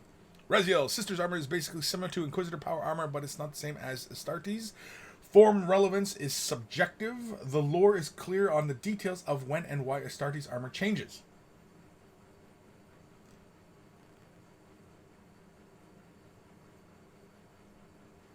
Yeah, that doesn't explain Sister's Armor, though. And Powered Armor. Powered Armor. Oh, the Powered Armored rant. Yeah, Lord Krabby. Okay. Yeah. It doesn't make any sense. Doesn't make sense. The Sister's Battle, like, you know, like if it was Carapace armor, sure, okay, Carapace. Sister's Battle are in Carapace armor, and they're fully enclosed in Carapace, and it gives them the 3-up save. Sure. Sure. I'm with you. Awesome. Right? But saying it's powered armor, you know what I mean? Like, that changes the visual because that makes it more of like a Space Marine thing. So, no issue with them having Space Marine armor, but how does it come about? How do they maintain consistency? Why doesn't their armor look like crap compared to a Space Marine who is the fighting elite? Right?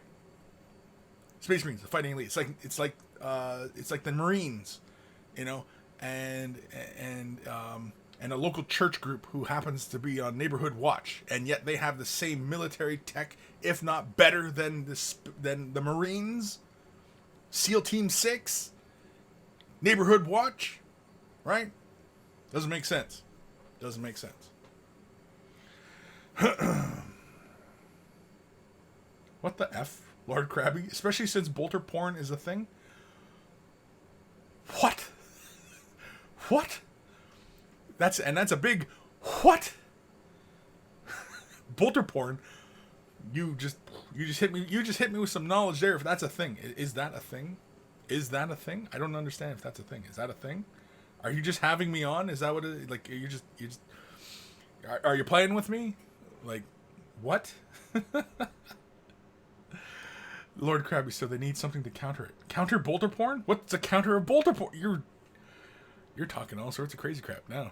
Counter bolter porn? What counters bolter porn? I'm so confused. You're hurting my brain. Lord Krabby, Old Man Logan. I could listen to Kris rant all day. Johnny's Chop Shop. When you prime a big model like a starship, what primer do you use? Rattle can or airbrush? These days, now mind you, I did all my Star Wars kits. Now they're not big spaceships, but I mean, like, my X-Wing's that big. The Millennium Falcon, it's pretty big. I use airbrush to prime them. Almost all my priming is airbrush nowadays. Just because I have it. I got the airbrush here. I could prime. I got the airbrush at the office. Prime. You know, so airbrush priming. It's just, if you have an airbrush, Why aren't you priming? It's the first thing, right? Base coating, you know what I mean? Doing everything, right? Rattle can. If I was, up until the point where I was using Stano Res's gloss black, I was using rattle can. I was using a gloss black. Krylon or Rust-Oleum. One of the two. And, but now that I have the Stano Res gloss black for metallics, I have no need to use rattle can. So, yeah, airbrush. If you have an airbrush, use the airbrush. I mean, why not? Aaron Siege, it would be like your local church having the same weapons and tactics as Delta Force. Yeah, exactly, right? Like it doesn't make any sense. It doesn't make any sense. Rezio, I think it makes sense. It's fantasy power armor. It doesn't need to be scientifically accurate to anything. It just looks cool, and definitely Sister's gear is not better than Astartes gear. How is it not better? It maintained. There's uniformity. Either that or the Sisters never see battle, which doesn't appear to be the case. The Space Marines see constant fighting, and so their armor and everything like that is, beat to hell. They would be going through it so fast. They would need to be replenished often, which means that they would have new stuff because the manufactorums would have to be pumping out new equipment for them. Yet their crap is beaten and broken, and it doesn't make a lot of sense. Sisters have the best crap, powered armor. That doesn't make any sense. And I would think that a Sisters of Battle force, I would suspect that the Sisters of Battle outnumber Space Marines. I would think that the Sisters of Battle outnumber Space Marines. Why? Because every Imperial world has churches, and they maintain the Sisters of Battle militant arms. So the Sisters of Battle would be on almost every Imperial world, whereas Space Marines are not on every Imperial world. Space Marines are only at where they're needed. And they're a small fighting force. And we know the number of Space Marines, roughly.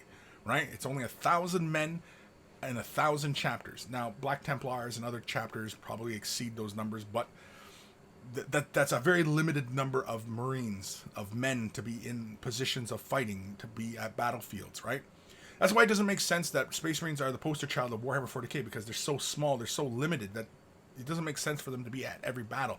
That, like Imperial Guard, the game should be about Imperial Guard versus everybody. Because that's the main fighting arm of the Imperium, or apparently Sisters of Battle. So, yeah. Kevin Cabal, episode 249. The Sisters of Battle have big budgets. Apparently the church has got big budget, right? So, anyway. Dark Commission saw a vid on medieval armor, and apparently a few women who had armor used ordinary armor as it all fits in the breastplate padding. Yeah, exactly. Like the armor of a Space Marine, or even a knight, that breastplate came way the hell out here. Like, a woman would fit inside that. You would not, a male knight and a female knight, you would not be able to tell the difference just looking at them. You would not be able to tell the difference because they both fit within the armor. Just doesn't make a lot of sense. Now, mind you, yes, it's a stylistic approach, because yes, it is fantasy, and but I lose immersion. That way. And it's a fun thing to talk about, right? Otherwise, if everything was just perfect in this game system and everything just made a lot of sense, then we wouldn't have anything to talk about. Everything would just be roses. We'd all just be sitting there. But no, it's not. It doesn't make sense. George Hintz, Swiss Guard. What about him? What about the Swiss Guard? I don't know. Sophie at Nathaniel. Power sword porn. Power sword porn? Now, what's power sword porn? Is the counter to bolter porn?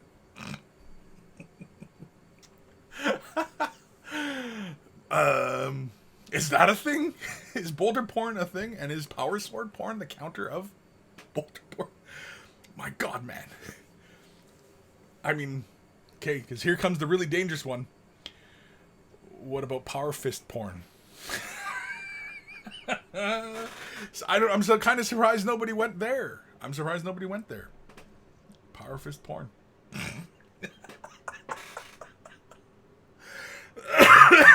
Jesus. Anyway, Raziel, Astartes gear is basically uniform and they're resupplied and mended.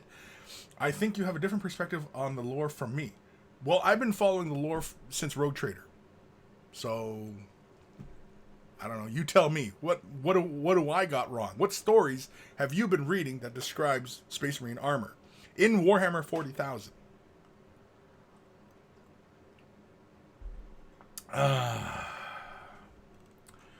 Old Man Logan, maybe sisters are the Delta Force. Maybe. Okay, Sisters of Battle are Delta Force, and Space Marines are Marines. Okay, sure. I don't know. Anyway, Ben Ellis, all dry brush, no airbrush. Got to run, have fun all.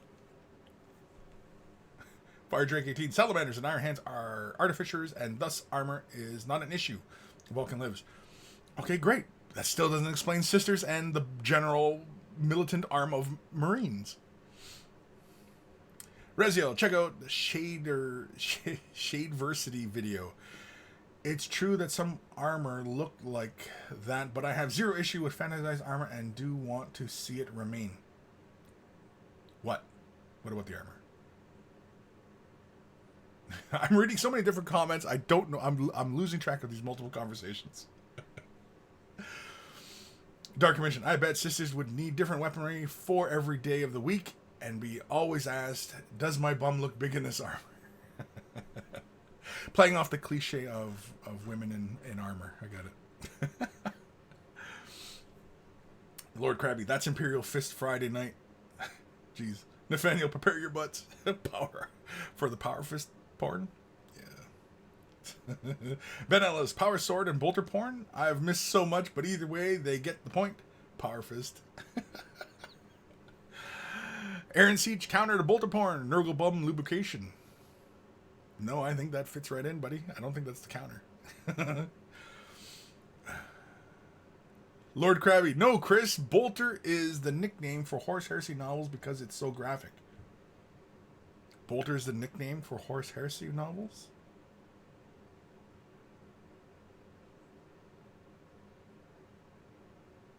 I don't get it. Oh! I get it. It's called Bolter porn because those novels are like those romance novels, right? That's what we're equating it all to. Gotcha now. Gotcha. Bolter porn is the Horus Heresy novels. See? That's all I needed. That's all I needed. Now it all makes sense because now I was well, quite frankly, after the show finished, I was going to look up Bolter porn. So, you know. Then have to delete my history. It's, oh no. Delete the cookies. Delete the cookies. Anyway. Reese Taylor, the 13th company had to use Chaos Power Armor to replace their own when they were in the war. Sure.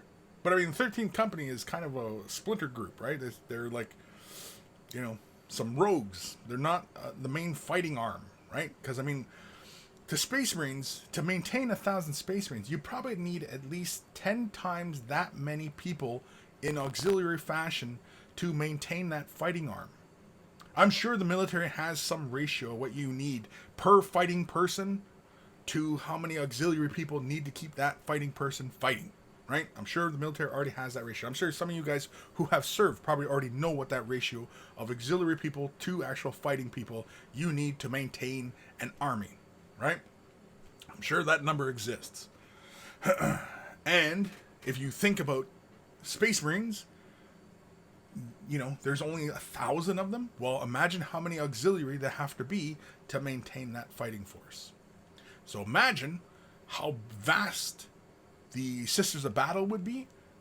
What would it take to keep them? Is their auxiliary basically the planet that they are watching over, right? So, anyway.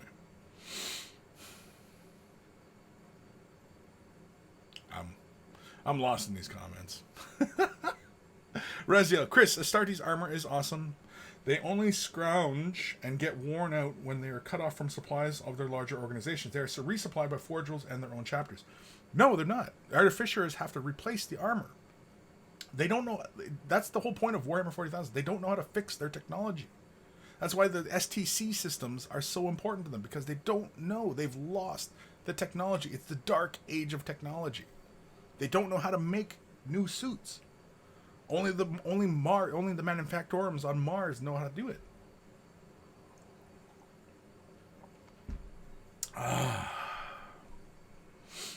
Fire Drake 18. I remember the fluff about the piece of the Emperor's suit on every unit on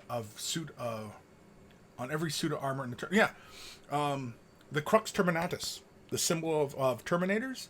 The Crux Terminatus. It's supposed to have a tiniest flake of the Emperor's suit in that Crux Terminatus. That's what makes the Crux Terminatus so important, and that's what makes becoming a Terminator so important, is that they're wearing and they have that suit, the part of the Emperor with them when they go into battle. That's the whole point. And when they fight and they, a Marine dies or guy dies in his suit, whatever, they have to retrieve that organ, and they also have to retrieve his suit. So there's a lot of things that have to happen for Space Marines to maintain fighting. And yeah, exactly. Right? Oh. Dark Commission, who gets the codpiece? It's kind of funny when you say a word like codpiece, like who gets the codpiece, or who gets the piece of cod. Two completely different things, but just reversing the words. Like, I just anyway. Nathaniel, 80% logistics, 20% fighting force. Okay? So almost 3/4 of an army has to be support staff to keep the Marines fighting. So imagine if for 1,000 Marines, right, there has to be at least 4,000. Is that the correct math for that? There's got to be at least 4,000 people supporting it and keeping that fighting arm running. That's a lot of people. Nathaniel, in case of getting lost in chat, do an email. Yeah, I know I should. Holy crap, we got like 17 minutes left of the show.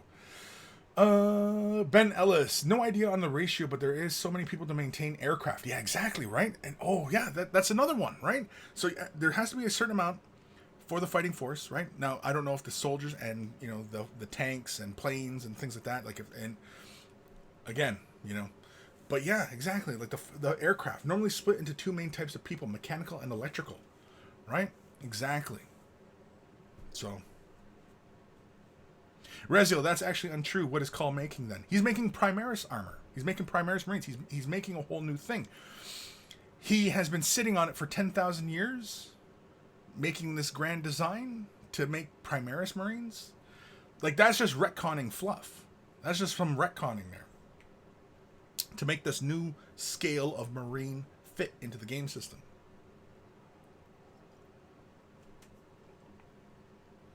Sophie, rename this episode to the Armor Rant.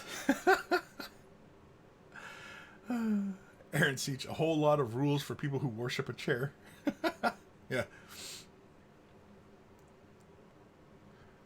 Rezio, that's totally cool. We definitely disagree at that point. But email time? What? I don't know. Lord Krabby, hashtag don't trigger Monkey King powerarmor.com. Exactly. Don't trigger him. Don't get me triggered on powered armor. Don't get me triggered on the logistics of 40K. Because it all just don't make sense.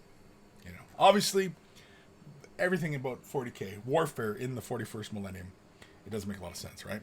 Like, for example, they have virus bombs, right? So why would you need to go down to a planet and retake the manufactorums from cultists or whatever, when you could just virus bomb a planet, clear it of the inhabitants, and transplant brand new people? Because I'm sure there are billions of people on other ships and other planets that you could just simply fill another planet with people, because apparently planets are just teeming with billions and billions of people. So,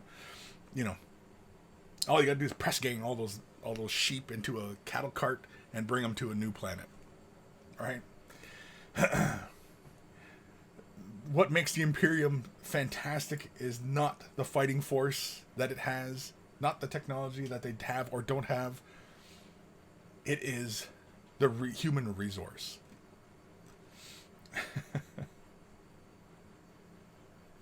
Ben Ellis, cod piece or a piece of cod? Let's hope only one smells of fish.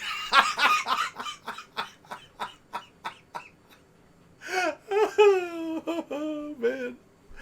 Nasty, Ben. That's nasty. That's nasty. That's nasty. Lord Krabby, genocide brought to you by Kris. Yeah, well, it would be genocide, but I mean, like, for example, in the context of Warhammer 40,000, if a planet has been infested with gene stealers or chaos cultists, right, the corruption runs deep in both of those threats to the Imperium, and those are both serious threats to the Imperium. One is a huge threat, cultists, right? Because why? Because the cultists bring the Hive Fleet. Eventually, a Primarch is born, and then or Patriarch, I should say, Patriarch is born, and then, signals the Hive Fleet to come to that planet. That's a huge threat to a world. So if the corruption is, you can't root it out, you know what I mean? Like, you send an investigation and it looks like, I don't know, let's say 30 to 50% of the planet is a gene stealer cult. That is too exhaustive amongst a population of billions, if trillions. You're better off virusing the entire planet, wipe it clean, and install brand new people into that place to keep the factories and keep the infrastructure running. It only makes sense in this context of this vast, vast, vast Imperium. And don't forget, it's an Imperium. It's not a democracy. Right? People don't have freedom in the Imperium.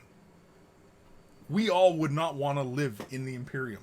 We would be toiling under the yoke of Imperial rule.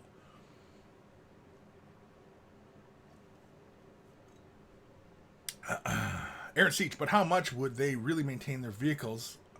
I look at like this, they make the vehicles and airplanes cheap and easy because they won't last very long in battle anyway. Right, exactly, right? Like, you start examining the logistics of, the military of Warhammer 40,000, when you have access to billions and billions of people, and, the Imperial Guard are on all the worlds at every battlefront, and they're fighting, right? And the Lehman Russ battle tanks would not be very strong. But they're probably more akin to World War I tanks, right? So, yeah.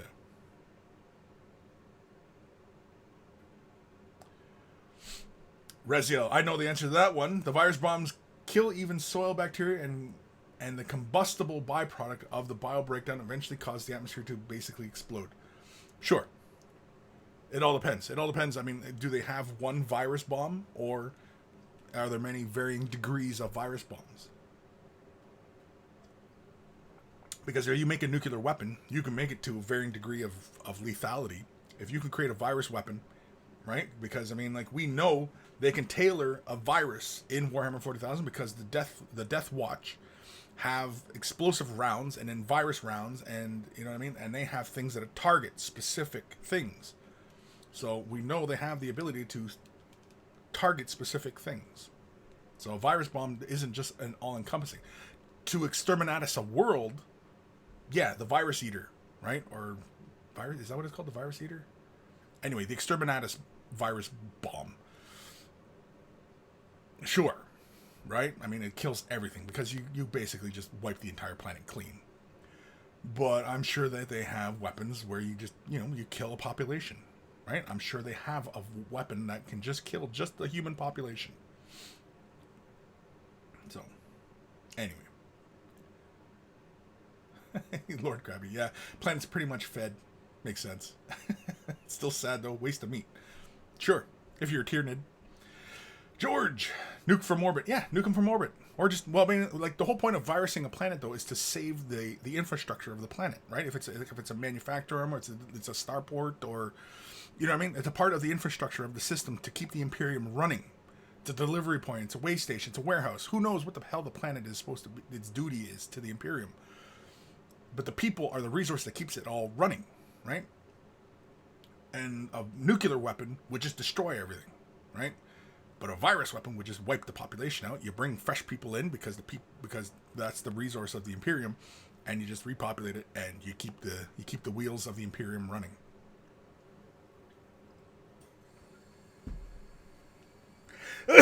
Excuse me. Sophie, emails, Kris. Holy crap, we got 9 minutes left of the show. We got to jump to an email. So let's do this one. Turn your headphones up or down. But here we go. Email time. Email time.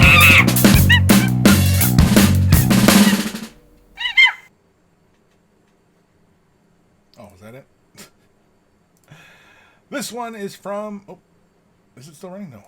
There we go. This one is from Anthony, a.k.a. Catfish, a.k.a. Anthony B.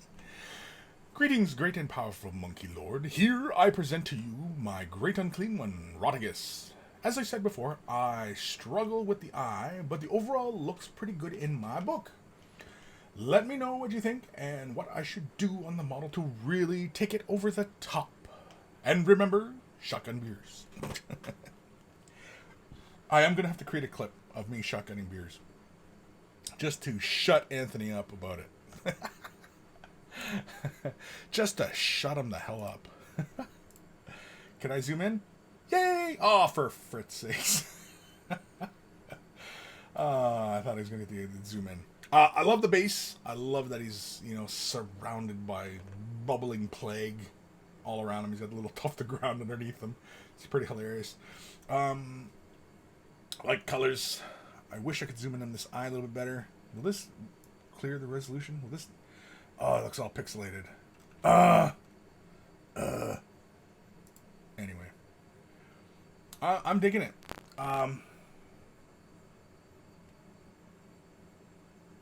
Like, you got really great color depth on the flesh.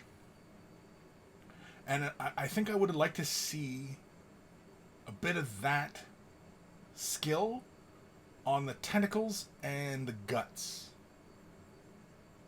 And maybe the skulls on the ends of the chains and stuff like that. Because you did such a great job with that flesh and creating, the transitions. The sword looks good. It could, doesn't need it, but it could use a slight dry brush on the edges. It's kind of hard to tell from this pic. Because it freaking gets blurry. Oh, look at the eye. Yeah, I like the life in that eye. I think you could probably have pushed it to more of that moot green. Kind of like you got the slime on the base. To really bring the eye there. But again, like the tentacles, I think they could have either went dark at the base of the tentacle to a brighter color at the end of the tentacle. Or vice versa.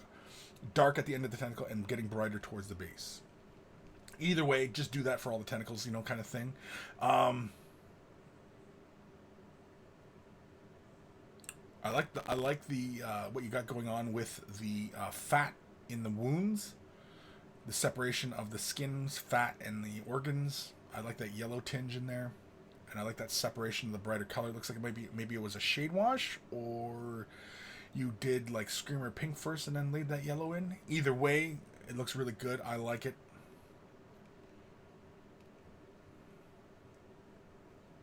I like the eye.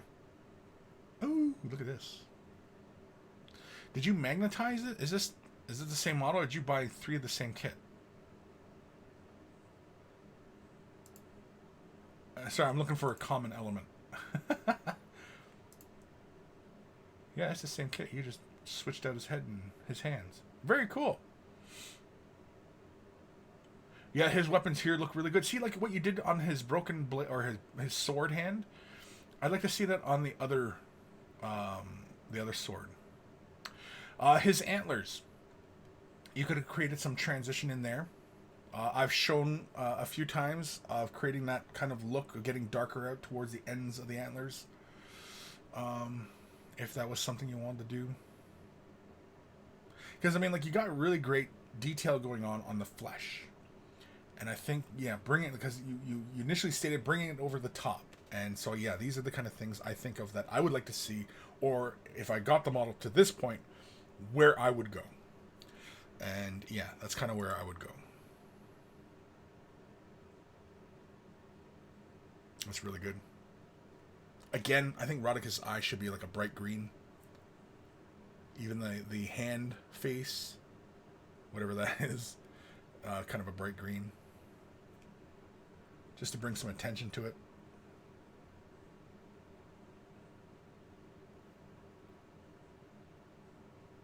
Again, yeah, I think some of the bringing that transition in on the tentacles, either getting brighter towards the ends or getting brighter towards the base, I think would look cool. Add some really nice depth.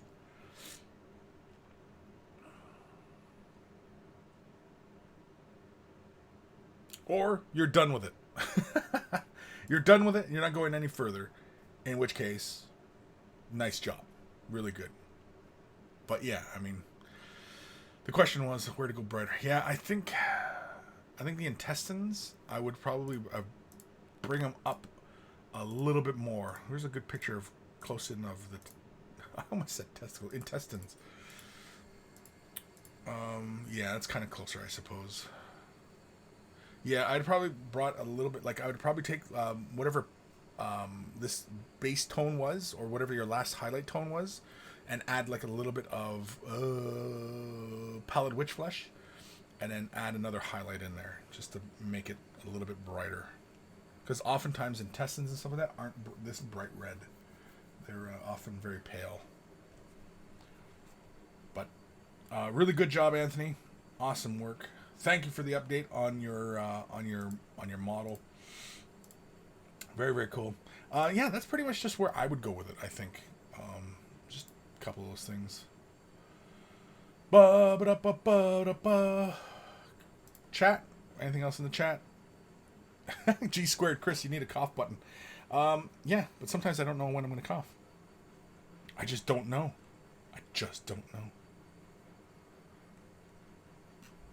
Okay, another email. Because holy crap, we got 2 minutes left of the show, so we need to do another email. Whoop, that's not the right screen. This one is from, we'll just say Silvio. Do I have a name?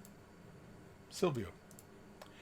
Hello, Kris. First of all, I just want to say a huge fan. Your painting tutorials have been tremendous help in my personal hobby progress, and I'm loving the live stuff you've been doing. What brings me to actually write you is that I recently put together some Eldar models, a Wraith Knight, Wraith Guard, and some jet bikes to be exact. I've been thinking about paint schemes that hadn't settled on anything until today when I saw the most recent Open Vault, May 1st, 2019 episode. Cullen shows off your new workspace, looking good by the way, and he quickly shows a Wraith Guard on your painting table, and it looks amazing. It looks like you've been using some interesting metallic paints. I was wondering if you had a tutorial anywhere for that paint scheme, as well as the actual company you get the paints from, or if not, you'd be willing to share your formula. Thanks in advance, and thanks for the countless painting tips. Well, Silvio, to answer your question, that model was done. That was a paid sponsorship video done for TurboDork. TurboDork is a newer company that have been producing metallic paints. I love these guys. They're awesome dudes. The paints that they've been creating are just really fantastic. They cover really nicely. I've been playing them quite a bit. Do I have my TurboDorks here? No, I don't have my TurboDorks here. Sorry, I always have them in like a little briefcase thing, and I don't have it here. Anyway, they're airbrush ready, and you can paintbrush them as well. So you can apply them by brush or airbrush, whichever way you want to go. They've got fantastic colors. They're different from everybody else's metallics, so there is that.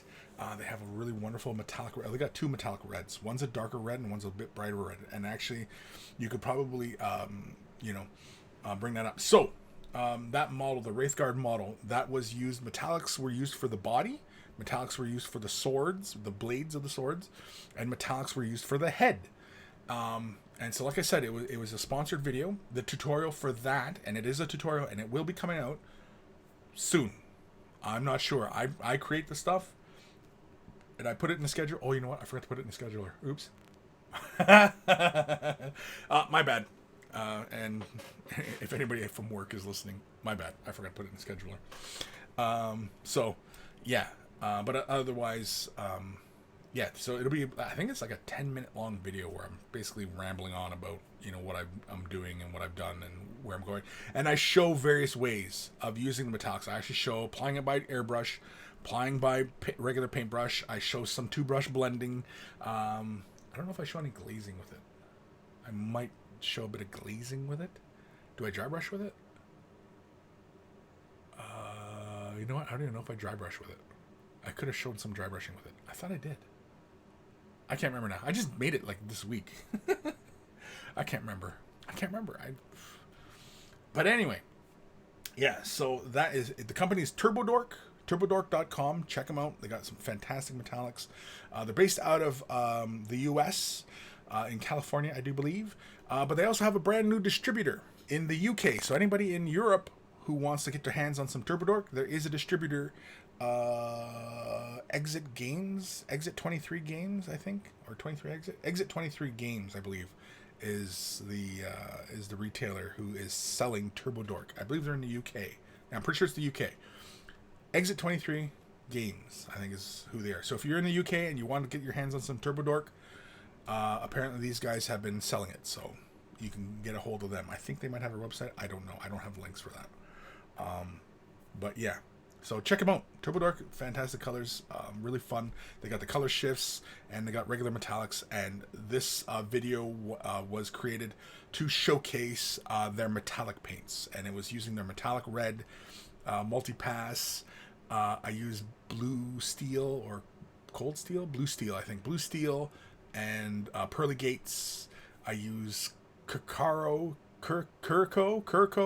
and pearly gates as well. And then, yeah. And it was just quickly showing the model. The rest of the models, like doing the gemstones, the tabard, and like doing the base, those were done off camera because I've got many other videos on that subject, so I didn't bother showing it. I was more just concentrating on using the metallics and showing people what they can kind of do with these metallics and, you know, how well they work. And so, yeah. So thank you, Silvio, for the email. And, yeah. Awesome stuff. Holy Cremoli, it's 2 minutes after. Where am I in the comments? I still have the tab up on the Sisters of Battle armor. Oh, okay, Nathaniel, thank you. Exit 23 Games is their website.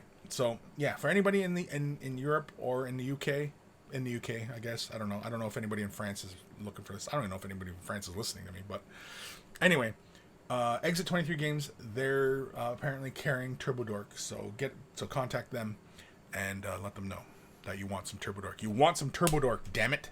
Just let them know. Say, hey, I heard from Kris. TurboDork, you're carrying TurboDork. Sell me some right now. Damn it. But do it in like an accent. Do it in a really cool kind of accent. Because I don't have a cool accent. I'm sure to you guys I sound like I have an accent, but I don't have an accent. But anyway. Crap, I'm out of coffee. And we're past due, so I better wrap this up. Let's do another email. Let's do another jingle before we do an email here. Dark Commission. The TD I got from the US cost me VAT plus 8 Royal Mail handling charge. Nice to know that I don't have to put up with that next time. Yeah. So hopefully more and more retailers will start carrying TurboDork on a regular basis. Like everybody in the States obviously can just order from their website. Anybody around the world can order from their website, but of course, you know, the postal costs and stuff like that, just kind of a pain in the ass, when of course you could just buy it in your own country, right? So that's kind of the ideal situation. I think that's what they're building towards, and I hope that I wish them much success, because the owner of TurboDork, he's a really nice guy, and you know, I applaud him. I applaud him for bringing something new to this hobby, and you know, I'll always back somebody who's willing to innovate, take a chance, and innovate, and bring something new. I'll always back that person, even if it fails. That's okay. If it fails, that's fine. Failure is the path to success, right? You have to fail in order to succeed. It only makes sense. Anyway, let's do another email. Headphones, turn them up or down, whichever it is, but here it comes. Email time. Email time.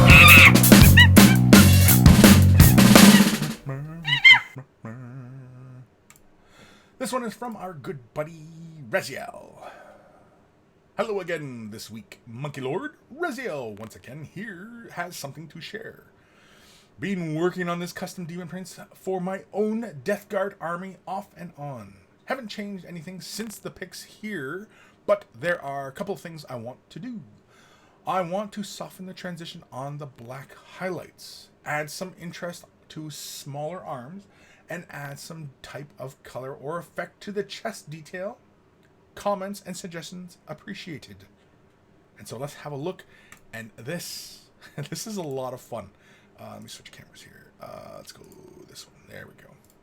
Can I zoom in, or is it going to go sideways on me? I almost swore. I almost dropped an F-bomb. Anyway, dude, I dig it. I dig it, man. It's really, really cool. Geez, where to go? Where to go? Where to go? All right. First and foremost, okay, I can see this magenta tone, which is on the tabard and on his shoulder pad trim, it looks like. I don't know if that's shoulder pad trim or what that detail is, but either way, with those colors, and it's also, it looks like it's on the legs as well. With those colors, I would break that down into a shade wash and go around the veins of his wings just to tie that color in just slightly. You don't have to overly saturate the wings. Just run it by the veins, and basically kind of almost like edging the veins of the wings and bring them prominence. The white of the face, the details kind of get lost, and I don't know if that's the camera. I'm going to assume it's the camera, and because it looks like there is some grays in there for transition, and so that looks good. Overall, I mean, I like the color scheme. I like the green metallics with the black, and you have that really stark highlight on the black areas, so it kind of feels almost like this feels like a comic book character, and the name is escaping me because that head design, the patterning of the head, the color scheme, is escaping me. It has a Venom-esque type of feeling, but I know it's not Venom. Oh, you've already got a blue on that wing. Yeah, I probably would have went with a magenta in those veins. It's very slight. Not changing that overall bright wing design. And if I had iridescent medium, I probably would apply it on the wings. Iridescent medium would just bring that kind of that slight shimmer to the surface without changing any of the colors. It would just add that iridescence to it. I like the metallic green on the body. That looks really good. I like how it goes black and then you got the magenta running into the metallics. That's really cool. Yeah, the van braces. Yeah, that face. The face almost looks like Bane. That's what it is. The coloring looks like Bane. Is that what he's supposed to be? Is he Bane? I can't check the comments right now, but is that who he is? Is he Bane? Are you Blade Rogers? I like the wings though. I thought the wings were solid white, and I didn't realize that you had this shade wash or the shading already occurring in there.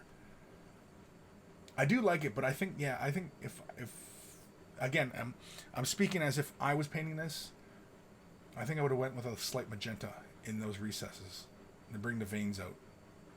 And then I'd have probably free-handed the little vein structures on the wings. And then probably an iridescence. Just to go along with this whole insect vibe. Oh, is that the last picture? That's the last picture. What was your initial question again? You want to soften the transition on the black highlights, add some interest to the smaller arms, and add some type of color effect to the chest detail. Okay, so the transition on the black of the arms. Okay, it looks like you went with a gray with those highlights. And as I've often mentioned when highlighting black, keep your highlights very minimal. Now, there's nothing wrong with the broader gray highlights that you've added here. Nothing wrong with it. It looks good. I like it because it makes it. But you could push it further down if you wanted to keep it black, right? But if you want to bring it more gray and that's fine as well. You see in the picture, you see how that highlight on the leg and the knee, you see how the light catches on the detail? like the actual light, that's the kind of highlighting you want to do. Very, very minimal amounts like that. And spot-like. I've often recommended using Inky by Darkness mixed with black to begin highlighting up. I've often recommended that for really black color schemes, so paint black and slowly build up to almost Inky by Darkness being the brightest highlight color, Inky by Darkness. That's something you might want to consider. The smaller arms, I mean, are we happy with the claws? Because the claws could be color. And the toenails.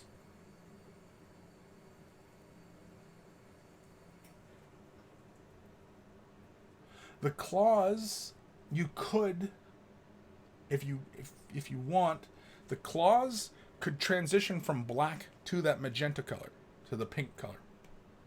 That's an idea. A very slight edge highlighting on the muscle groups and the arms and such. Visually, especially if this is a playing piece, like the metallics on the model are very shiny. Give that a gloss coat, and then maybe on the black areas, hit it with a matte, and give it that visual contrast. Be very deliberate, of course. Don't spray it. I mean, just apply it by hand. Man, there's all sorts of directions you can go with some of this stuff. And as far as his chest icon, I would probably do like a glowing magenta. I would probably fill it in with white, and then take that if it's screamer pink, if that's the color you use, that's what it looks like to me on the screen here. I would take that, thin it way down, and use it like a shade wash, and put it towards the outer edges of the icon, so that only white builds towards the center.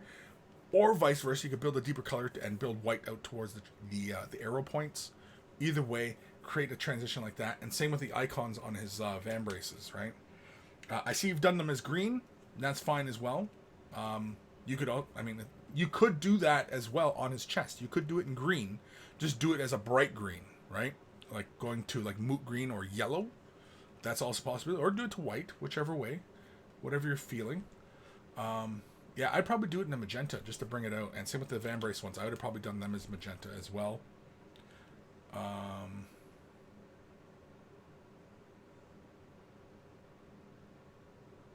think that's about it, though.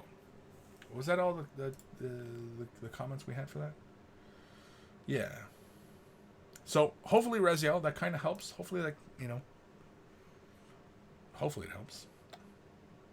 Reziel, it does look a bit like Bane, but the scheme is literally a green bottle fly. They have white faces. Oh, do they? I didn't know that.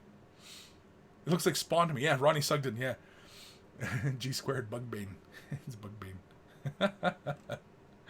Yeah.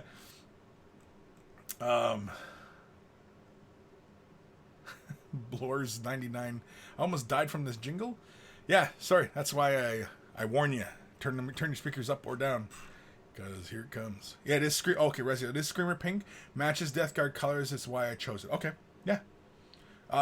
For those icons, yeah, I'd probably like his chest icon. I'd fill it in with white, and then I'd take Screamer Pink, thin it way down with Lamian Medium, and you add a drop of Liquitex Fluid and use it like a shade, and just build the color out towards the ends of the icon, and that way it creates a kind of a transition and gives it almost like a glowing effect.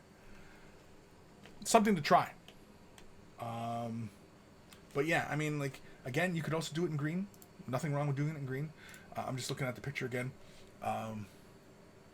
The nails could end in green. You could also end the nails in a red too, because you have red in the eyes and red on the nails and the toenails. Like black to a red. You could do that. And I think giving like when you're done, give it all a gloss, makes all the metals nice and lustrous, and then come in with a matte and knock things down. The wings, an iridescent medium, I think would be not hilarious, but would look really good and add to the overall fly feeling of the model. Even if you don't do the magenta on the wings, just left them as is and just put an iridescent medium on, I think would look really, really cool.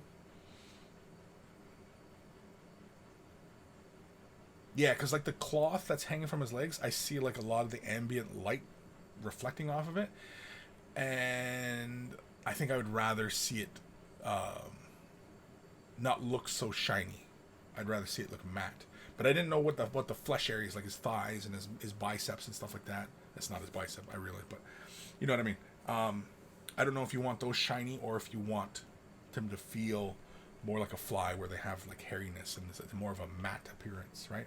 So it creates a visual contrast between the really shiny metal elements and then having these matte elements as well to play visually as well for the model. Because again, this looks more like you're doing a gaming piece, right? And so, yeah, I think on the tabletop, having that visual contrast of glossiness and matte on the same surfaces are like the same model. So like, you know, his wings have a glossiness, but his his biceps have a matte appearance.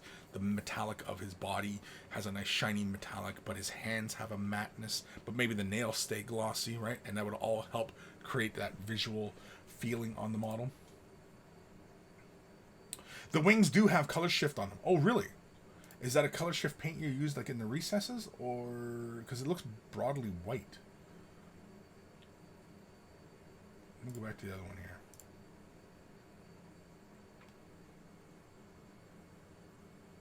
Yeah, I don't interpret any color shifting on those wings. Or you're talking about the spines of the wings, like the I don't know what the hell that's called, the actual arm of the wing, not the membranes, but the arm. The arm, yes, I can see the metallic on the arms if that's what you're talking about. But I'm talking about the wings themselves, the membranes. That's what I'm talking about. What time are we at here? Holy crap, it's 20 after. We better wrap this up here. Reziel, nice, thanks. I'll finish it out and be sure to post it, trying to stick real close to the actual fly. Very, very cool. Dark Emission, iridescent pearlescent on acetate would be cool. Now, like acetate, you talking like the clear plastic? And then putting the iridescent on that and then cutting that out and make it look like the wing? That'd be freaking cool. Rezio, color shift is the green carapace on carapace green. Color shift is the green carapace, and on the wings, you know how photos don't show it right. Yeah, see, I didn't know. Like I kind of guessed that the green body there was a color shift. I didn't quite know though. But yeah, I know. But until you tell me that it's color shift, yeah, I can see it now. Well, not now because I'm not looking at it, but now. But yeah, I get you. Okay, so quickly, one last email. Oops, that's not what we wanted. We want that one. This one is from Nathaniel. Hi, Kris. Hi, monkeys. Another short interlude. I recently finished a miniature for a competition at a local GW store held. I'd like to hear your thoughts about it, as well as some constructive criticism, if you have any. See attachments for images. Thanks in advance. Salutations, Nathaniel, a.k.a. Marcus. And so here is his... No, let's go with this one. Yeah, let's go with that one.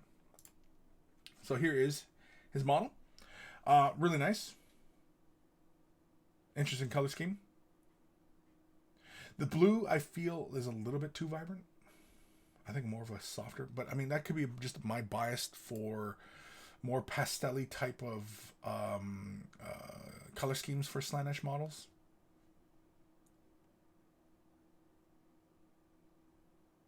Some nice dry brushing on the rider, or on the mount. I like that you kept those highlights nice and bright onto the peaks of the spines and on the thighs. The base feels very busy with a lot of that lichen in there. I think I'd only had maybe one or two pieces there. And probably would have done something else for that base, that red tone.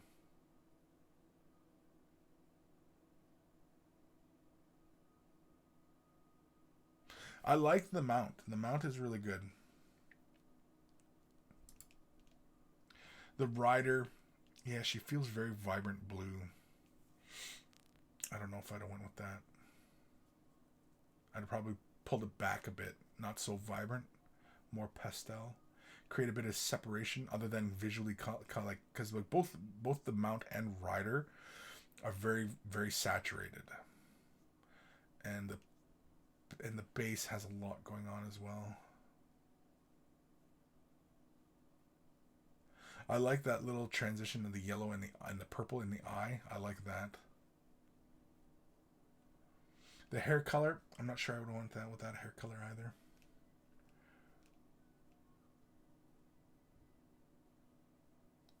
If anything, you probably could have went with that purple that you got inside the rider's or inside the mount's belly. You could have went with that purple in the hair. And even like the slight purple tinge to the claws. You know what I mean? Like make the two feel kind of together, yet they can be completely separate. But it's really good dry brushing on the mount. The rider's good as well.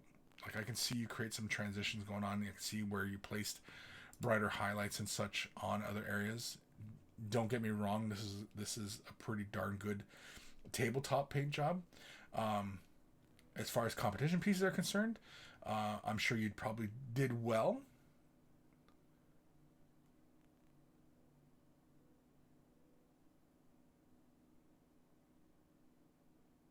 I think in your future endeavors, I think paying a bit more attention to your details and things like that, I think would really, really help.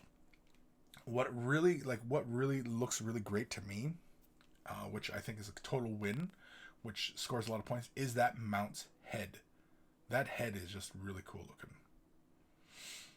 Like I realized that it looks like he used like what is that green? Nighthaunt Gloom? Is that the green? I can't remember what the green is. It's you kind of lay the one color down and it gives you all this transitions and such, or even contrast. And I like that. And of course you give it a little dry brush and yeah. For tabletop, I'm sure this looks really, really great. For competition, I think you might want to spend just a bit more time paying a little bit more attention to areas and building colors up a bit more, right? But I mean, like it's neat. Like I'm looking like the ankle and the spikes on the feet, you know, good separation. The rider, you know, I like that. You know, you got a bit of a transition on the rider from her forearm to the claw. I like the colors are kind of blending together there. I do like that. Her eyes could have been painted, of course, but I think that was pretty obvious. Yeah, I don't think I would have went with that color for the hair. I would have probably tied it into the mount. I would have probably went with that purple on the belly for her hair. But otherwise, good paint job. Keep going, and yeah, and hopefully you learned something from this competition. I hope that I hope you got a chance to sit down and talk with the judges and, you know, say, hey, what could I have done here? What could I have done there? And, you know, very, very good. Me likey. G squared, I'm liking that lichen. Yeah, the lichen is, as far as the texture is concerned, I like it. But it just feels like there's a lot there. And I don't know if it was the right colors, you know. But, yeah. Kenneth, who makes an instant glue thin with a needle-like tip? Well, I've seen some brands of cyanoacrylate that are very, very runny, very, very thin. They tend to be a little bit cheaper glues rather than the ones that have a bit of a thicker binding agent. But there are thin super glues out there. I know there are. That are applied by a needle, I don't know. If anybody knows, help Kenneth out. Because, yeah, I'm not too sure. Nathaniel, no, I use black and green inks from Vallejo. Ah, okay. The way that applied, that looked like, what is it? What are those two new ones that came out for Nighthaunt? The green and the light blue? Anyway, I thought it was the green one that you had used. Similar kind of look when you apply it over a bright highlight or bright area. Nathaniel, to be honest, I forgot about the rider until a few hours before the deadline and kind of rushed the job. Yeah, well, it happens, man. You know, it happens. But again, like I said, hopefully you learned something. Hopefully, you know, you came away from the experience feeling positive and, you know, and with a passion to do more and to take it further and, you know, because hopefully that's what you're taking away from doing any kind of painting competitions, you know, especially in these early phases of doing it. By all means, compete. Go ahead, compete. Do it, You know, if you feel like this is the motivator to get you painting better, by all means, go right ahead. There's absolutely nothing wrong with it. Doesn't mean you're this, doesn't mean you're this. Do it. And if you don't win, don't worry about it. Failure is always the path to success. So, I want to thank everybody for tuning in today. I want to thank everybody on Twitch and YouTube for commenting, sending me emails. I am all caught up on emails. Am I? I think I am. Amazon sending me an email. How would you rate this transaction? How about below me? No. So if you're brand new to this hobby and you want some help, you want some help with the color scheme, you're just not sure about this particular technique, or there's terms being thrown around and you're not sure what any of this stuff means, feel free to ask your questions in the chat if you're attending live, or ask your questions at Kris@miniwargaming.com. It's Kris, Kris. It's in the description below. Just click it there and you'll see it. And of course, in the description below is a link to wayofthebrush.com, and that is the central hub of all this silliness. It has the links to all the social medias, as well as a link to Discord. Discord has been a really fantastic add-on to this whole thing, and it's been great. So, big thank you to Aqua for putting me onto Discord. Of course, it was a young person, right, who's could have turned me on, turn an old cat like me onto new things. I have no idea. That's why I always turn to my kids. It's like, what does this mean? What does this mean? What's this about? I don't understand what this is. I'm too old, damn it. And So anyway, wayofthebrush.com, social medias, Discord, and of course links for T-shirts. You want to help support the cause? They're all wearing. If you want to look like somebody who's a connoisseur of all that's good and holy in this world, they're wearing a Way of the Brush t-shirt. And of course, for everybody who's purchased a shirt, send a picture of yourself in your shirt and I will add it to the Monkey Shrine, which is also on wayofthebrush.com. And of course, on wayofthebrush.com, you'll also see a link for Patreon support. If you want to help support the cause by monetarily, I welcome it. And of course, a huge thank you to the people who already contribute on Patreon. Without their support, I would not do a lot of the things that are upkeeps and bonuses and just making the show a lot better. It would all come out of my pocket, and resources, man, resources. I've got family, and I've got bills to pay, and so your tiny contributions all add up and they keep this thing going. And because like maintaining a website, servers and stuff like that, it's not cheap, as anybody who does this knows. So a big thank you to all my patrons for that, because again, they make this that much better. And of course, if you're considering supporting by Patreon, I only ever charge per episode. So I create other videos, but I only ever charge for Way of the Brush. So if you're considering supporting by Patreon, you kind of know what you're getting into. I only do the show once every Saturday. Once every Saturday. And so. And of course, if you're not able to support monetarily, thumbing up, liking, commenting, sharing, following, subscribing, ringing the bell, and all that other YouTube, Twitch goodness all helps, as well as it helps, push this video out to reach a further audience. And, that helps as well. That helps because that gets other people, and maybe those other people can support monetarily or want to buy a shirt or just want to click more buttons because, why not? It's super easy. Barely an inconvenience. And of course, always a big thank you to Carl, a.k.a. Guy Meeralfer, a.k.a. Beer and Blood Bowl. That's his YouTube channel. Check him out if you love yourself some beer and you love yourself some Blood Bowl. We always say thank you to Carl because he took the time out of his busy schedule to create the email jingles before the email segments of the show that bring a smile to our face and add that extra, laugh and joy to our lives. And of course, blowing out our eardrums every once in a while. I got to adjust that volume. Man, all these things on my list I got to do. Oh, this list, all these to-do things. Oh, it's turning into a real job. So I want to thank you all. Was that it? Is that the usual spiel? Right? We're done? We did it. We said our thank yous. We made our things. And of course, it is May 4th. And so be sure, go watch an episode of Star Wars, or, hug a Wookiee, or, grab your lightsaber and kill some younglings. Whatever it is you got to do. on this May 4th. Go do it.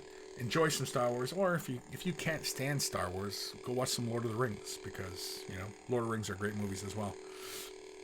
Or some Star Trek, because Star Trek kicks ass as well. I'm just a big old nerd, so I'm pretty much like everything. Listen, I'm just gonna wait until this gets really annoying.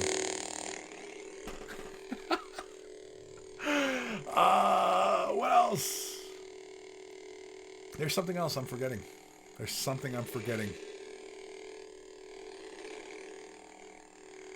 I can't think of it. Take care of your brushes. They'll take care of you, and I will see you guys next week. Next week? Yeah, I'll see you guys next week. Maybe. Possibly. Who knows? All right, go enjoy the rest of your Saturday, because, we're getting into summer months. The weather's getting nice. And if you've got other duties, they're going to want to vie for your hobby time. So get on it. Alrighty, people. Get the hell out of here. I've lost it. My caffeine buzz is gone.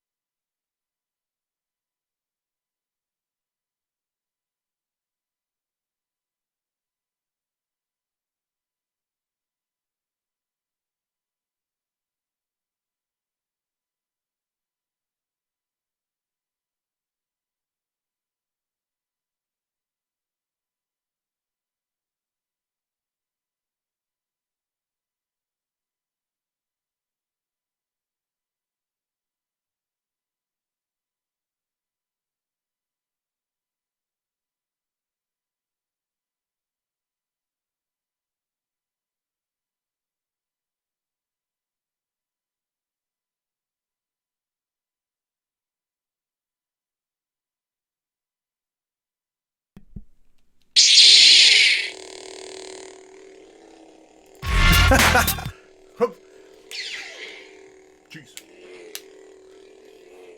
I'll sit here and play with my lightsaber for a while. Thinking everything. Like, all this time, and Kris is just sitting here playing with his lightsaber all day. Yeah. Some people might question, why does Kris have a red lightsaber? Well, none of your damn business. That's why. And it's Star Wars Day. And I can play with my lightsaber all I want, because I'm a giant kid. Because, that's what I do. Nathaniel, 5, 4, 3, 2, 1, and Q Monkey Lord.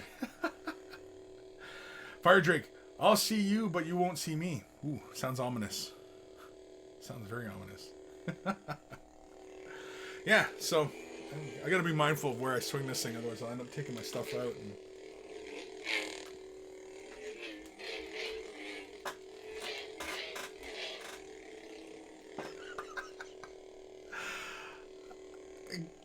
You know what? Go watch a Star Wars movie. I'm gonna get the hell out of here. You know what? Maybe I'll go watch the Star Wars. I'm gonna have some more coffee, and then get some fresh air, and then I'm gonna watch some Star Wars or something. I don't know. But it's Saturday. I got stuff to do. Okay, get out of here. Go. I'm sure you got stuff to do. Go. Why aren't you doing it? I'm not gonna do anything interesting. It's not like I'm gonna be sitting here, you know, having fun. Set with my lightsaber. I should add some like smoke or something. You never see that, right? When they're trying to be real cool, especially like the Sith. You know, they're like, right? You always see that in movies. You know, the cliche like the killer, and he's got like the blade, and he puts it in his mouth. You know what I mean? Like, you never see that. Oh, jeez, I hit myself in the face with. All right, I better put this away before I get hurt. Oh.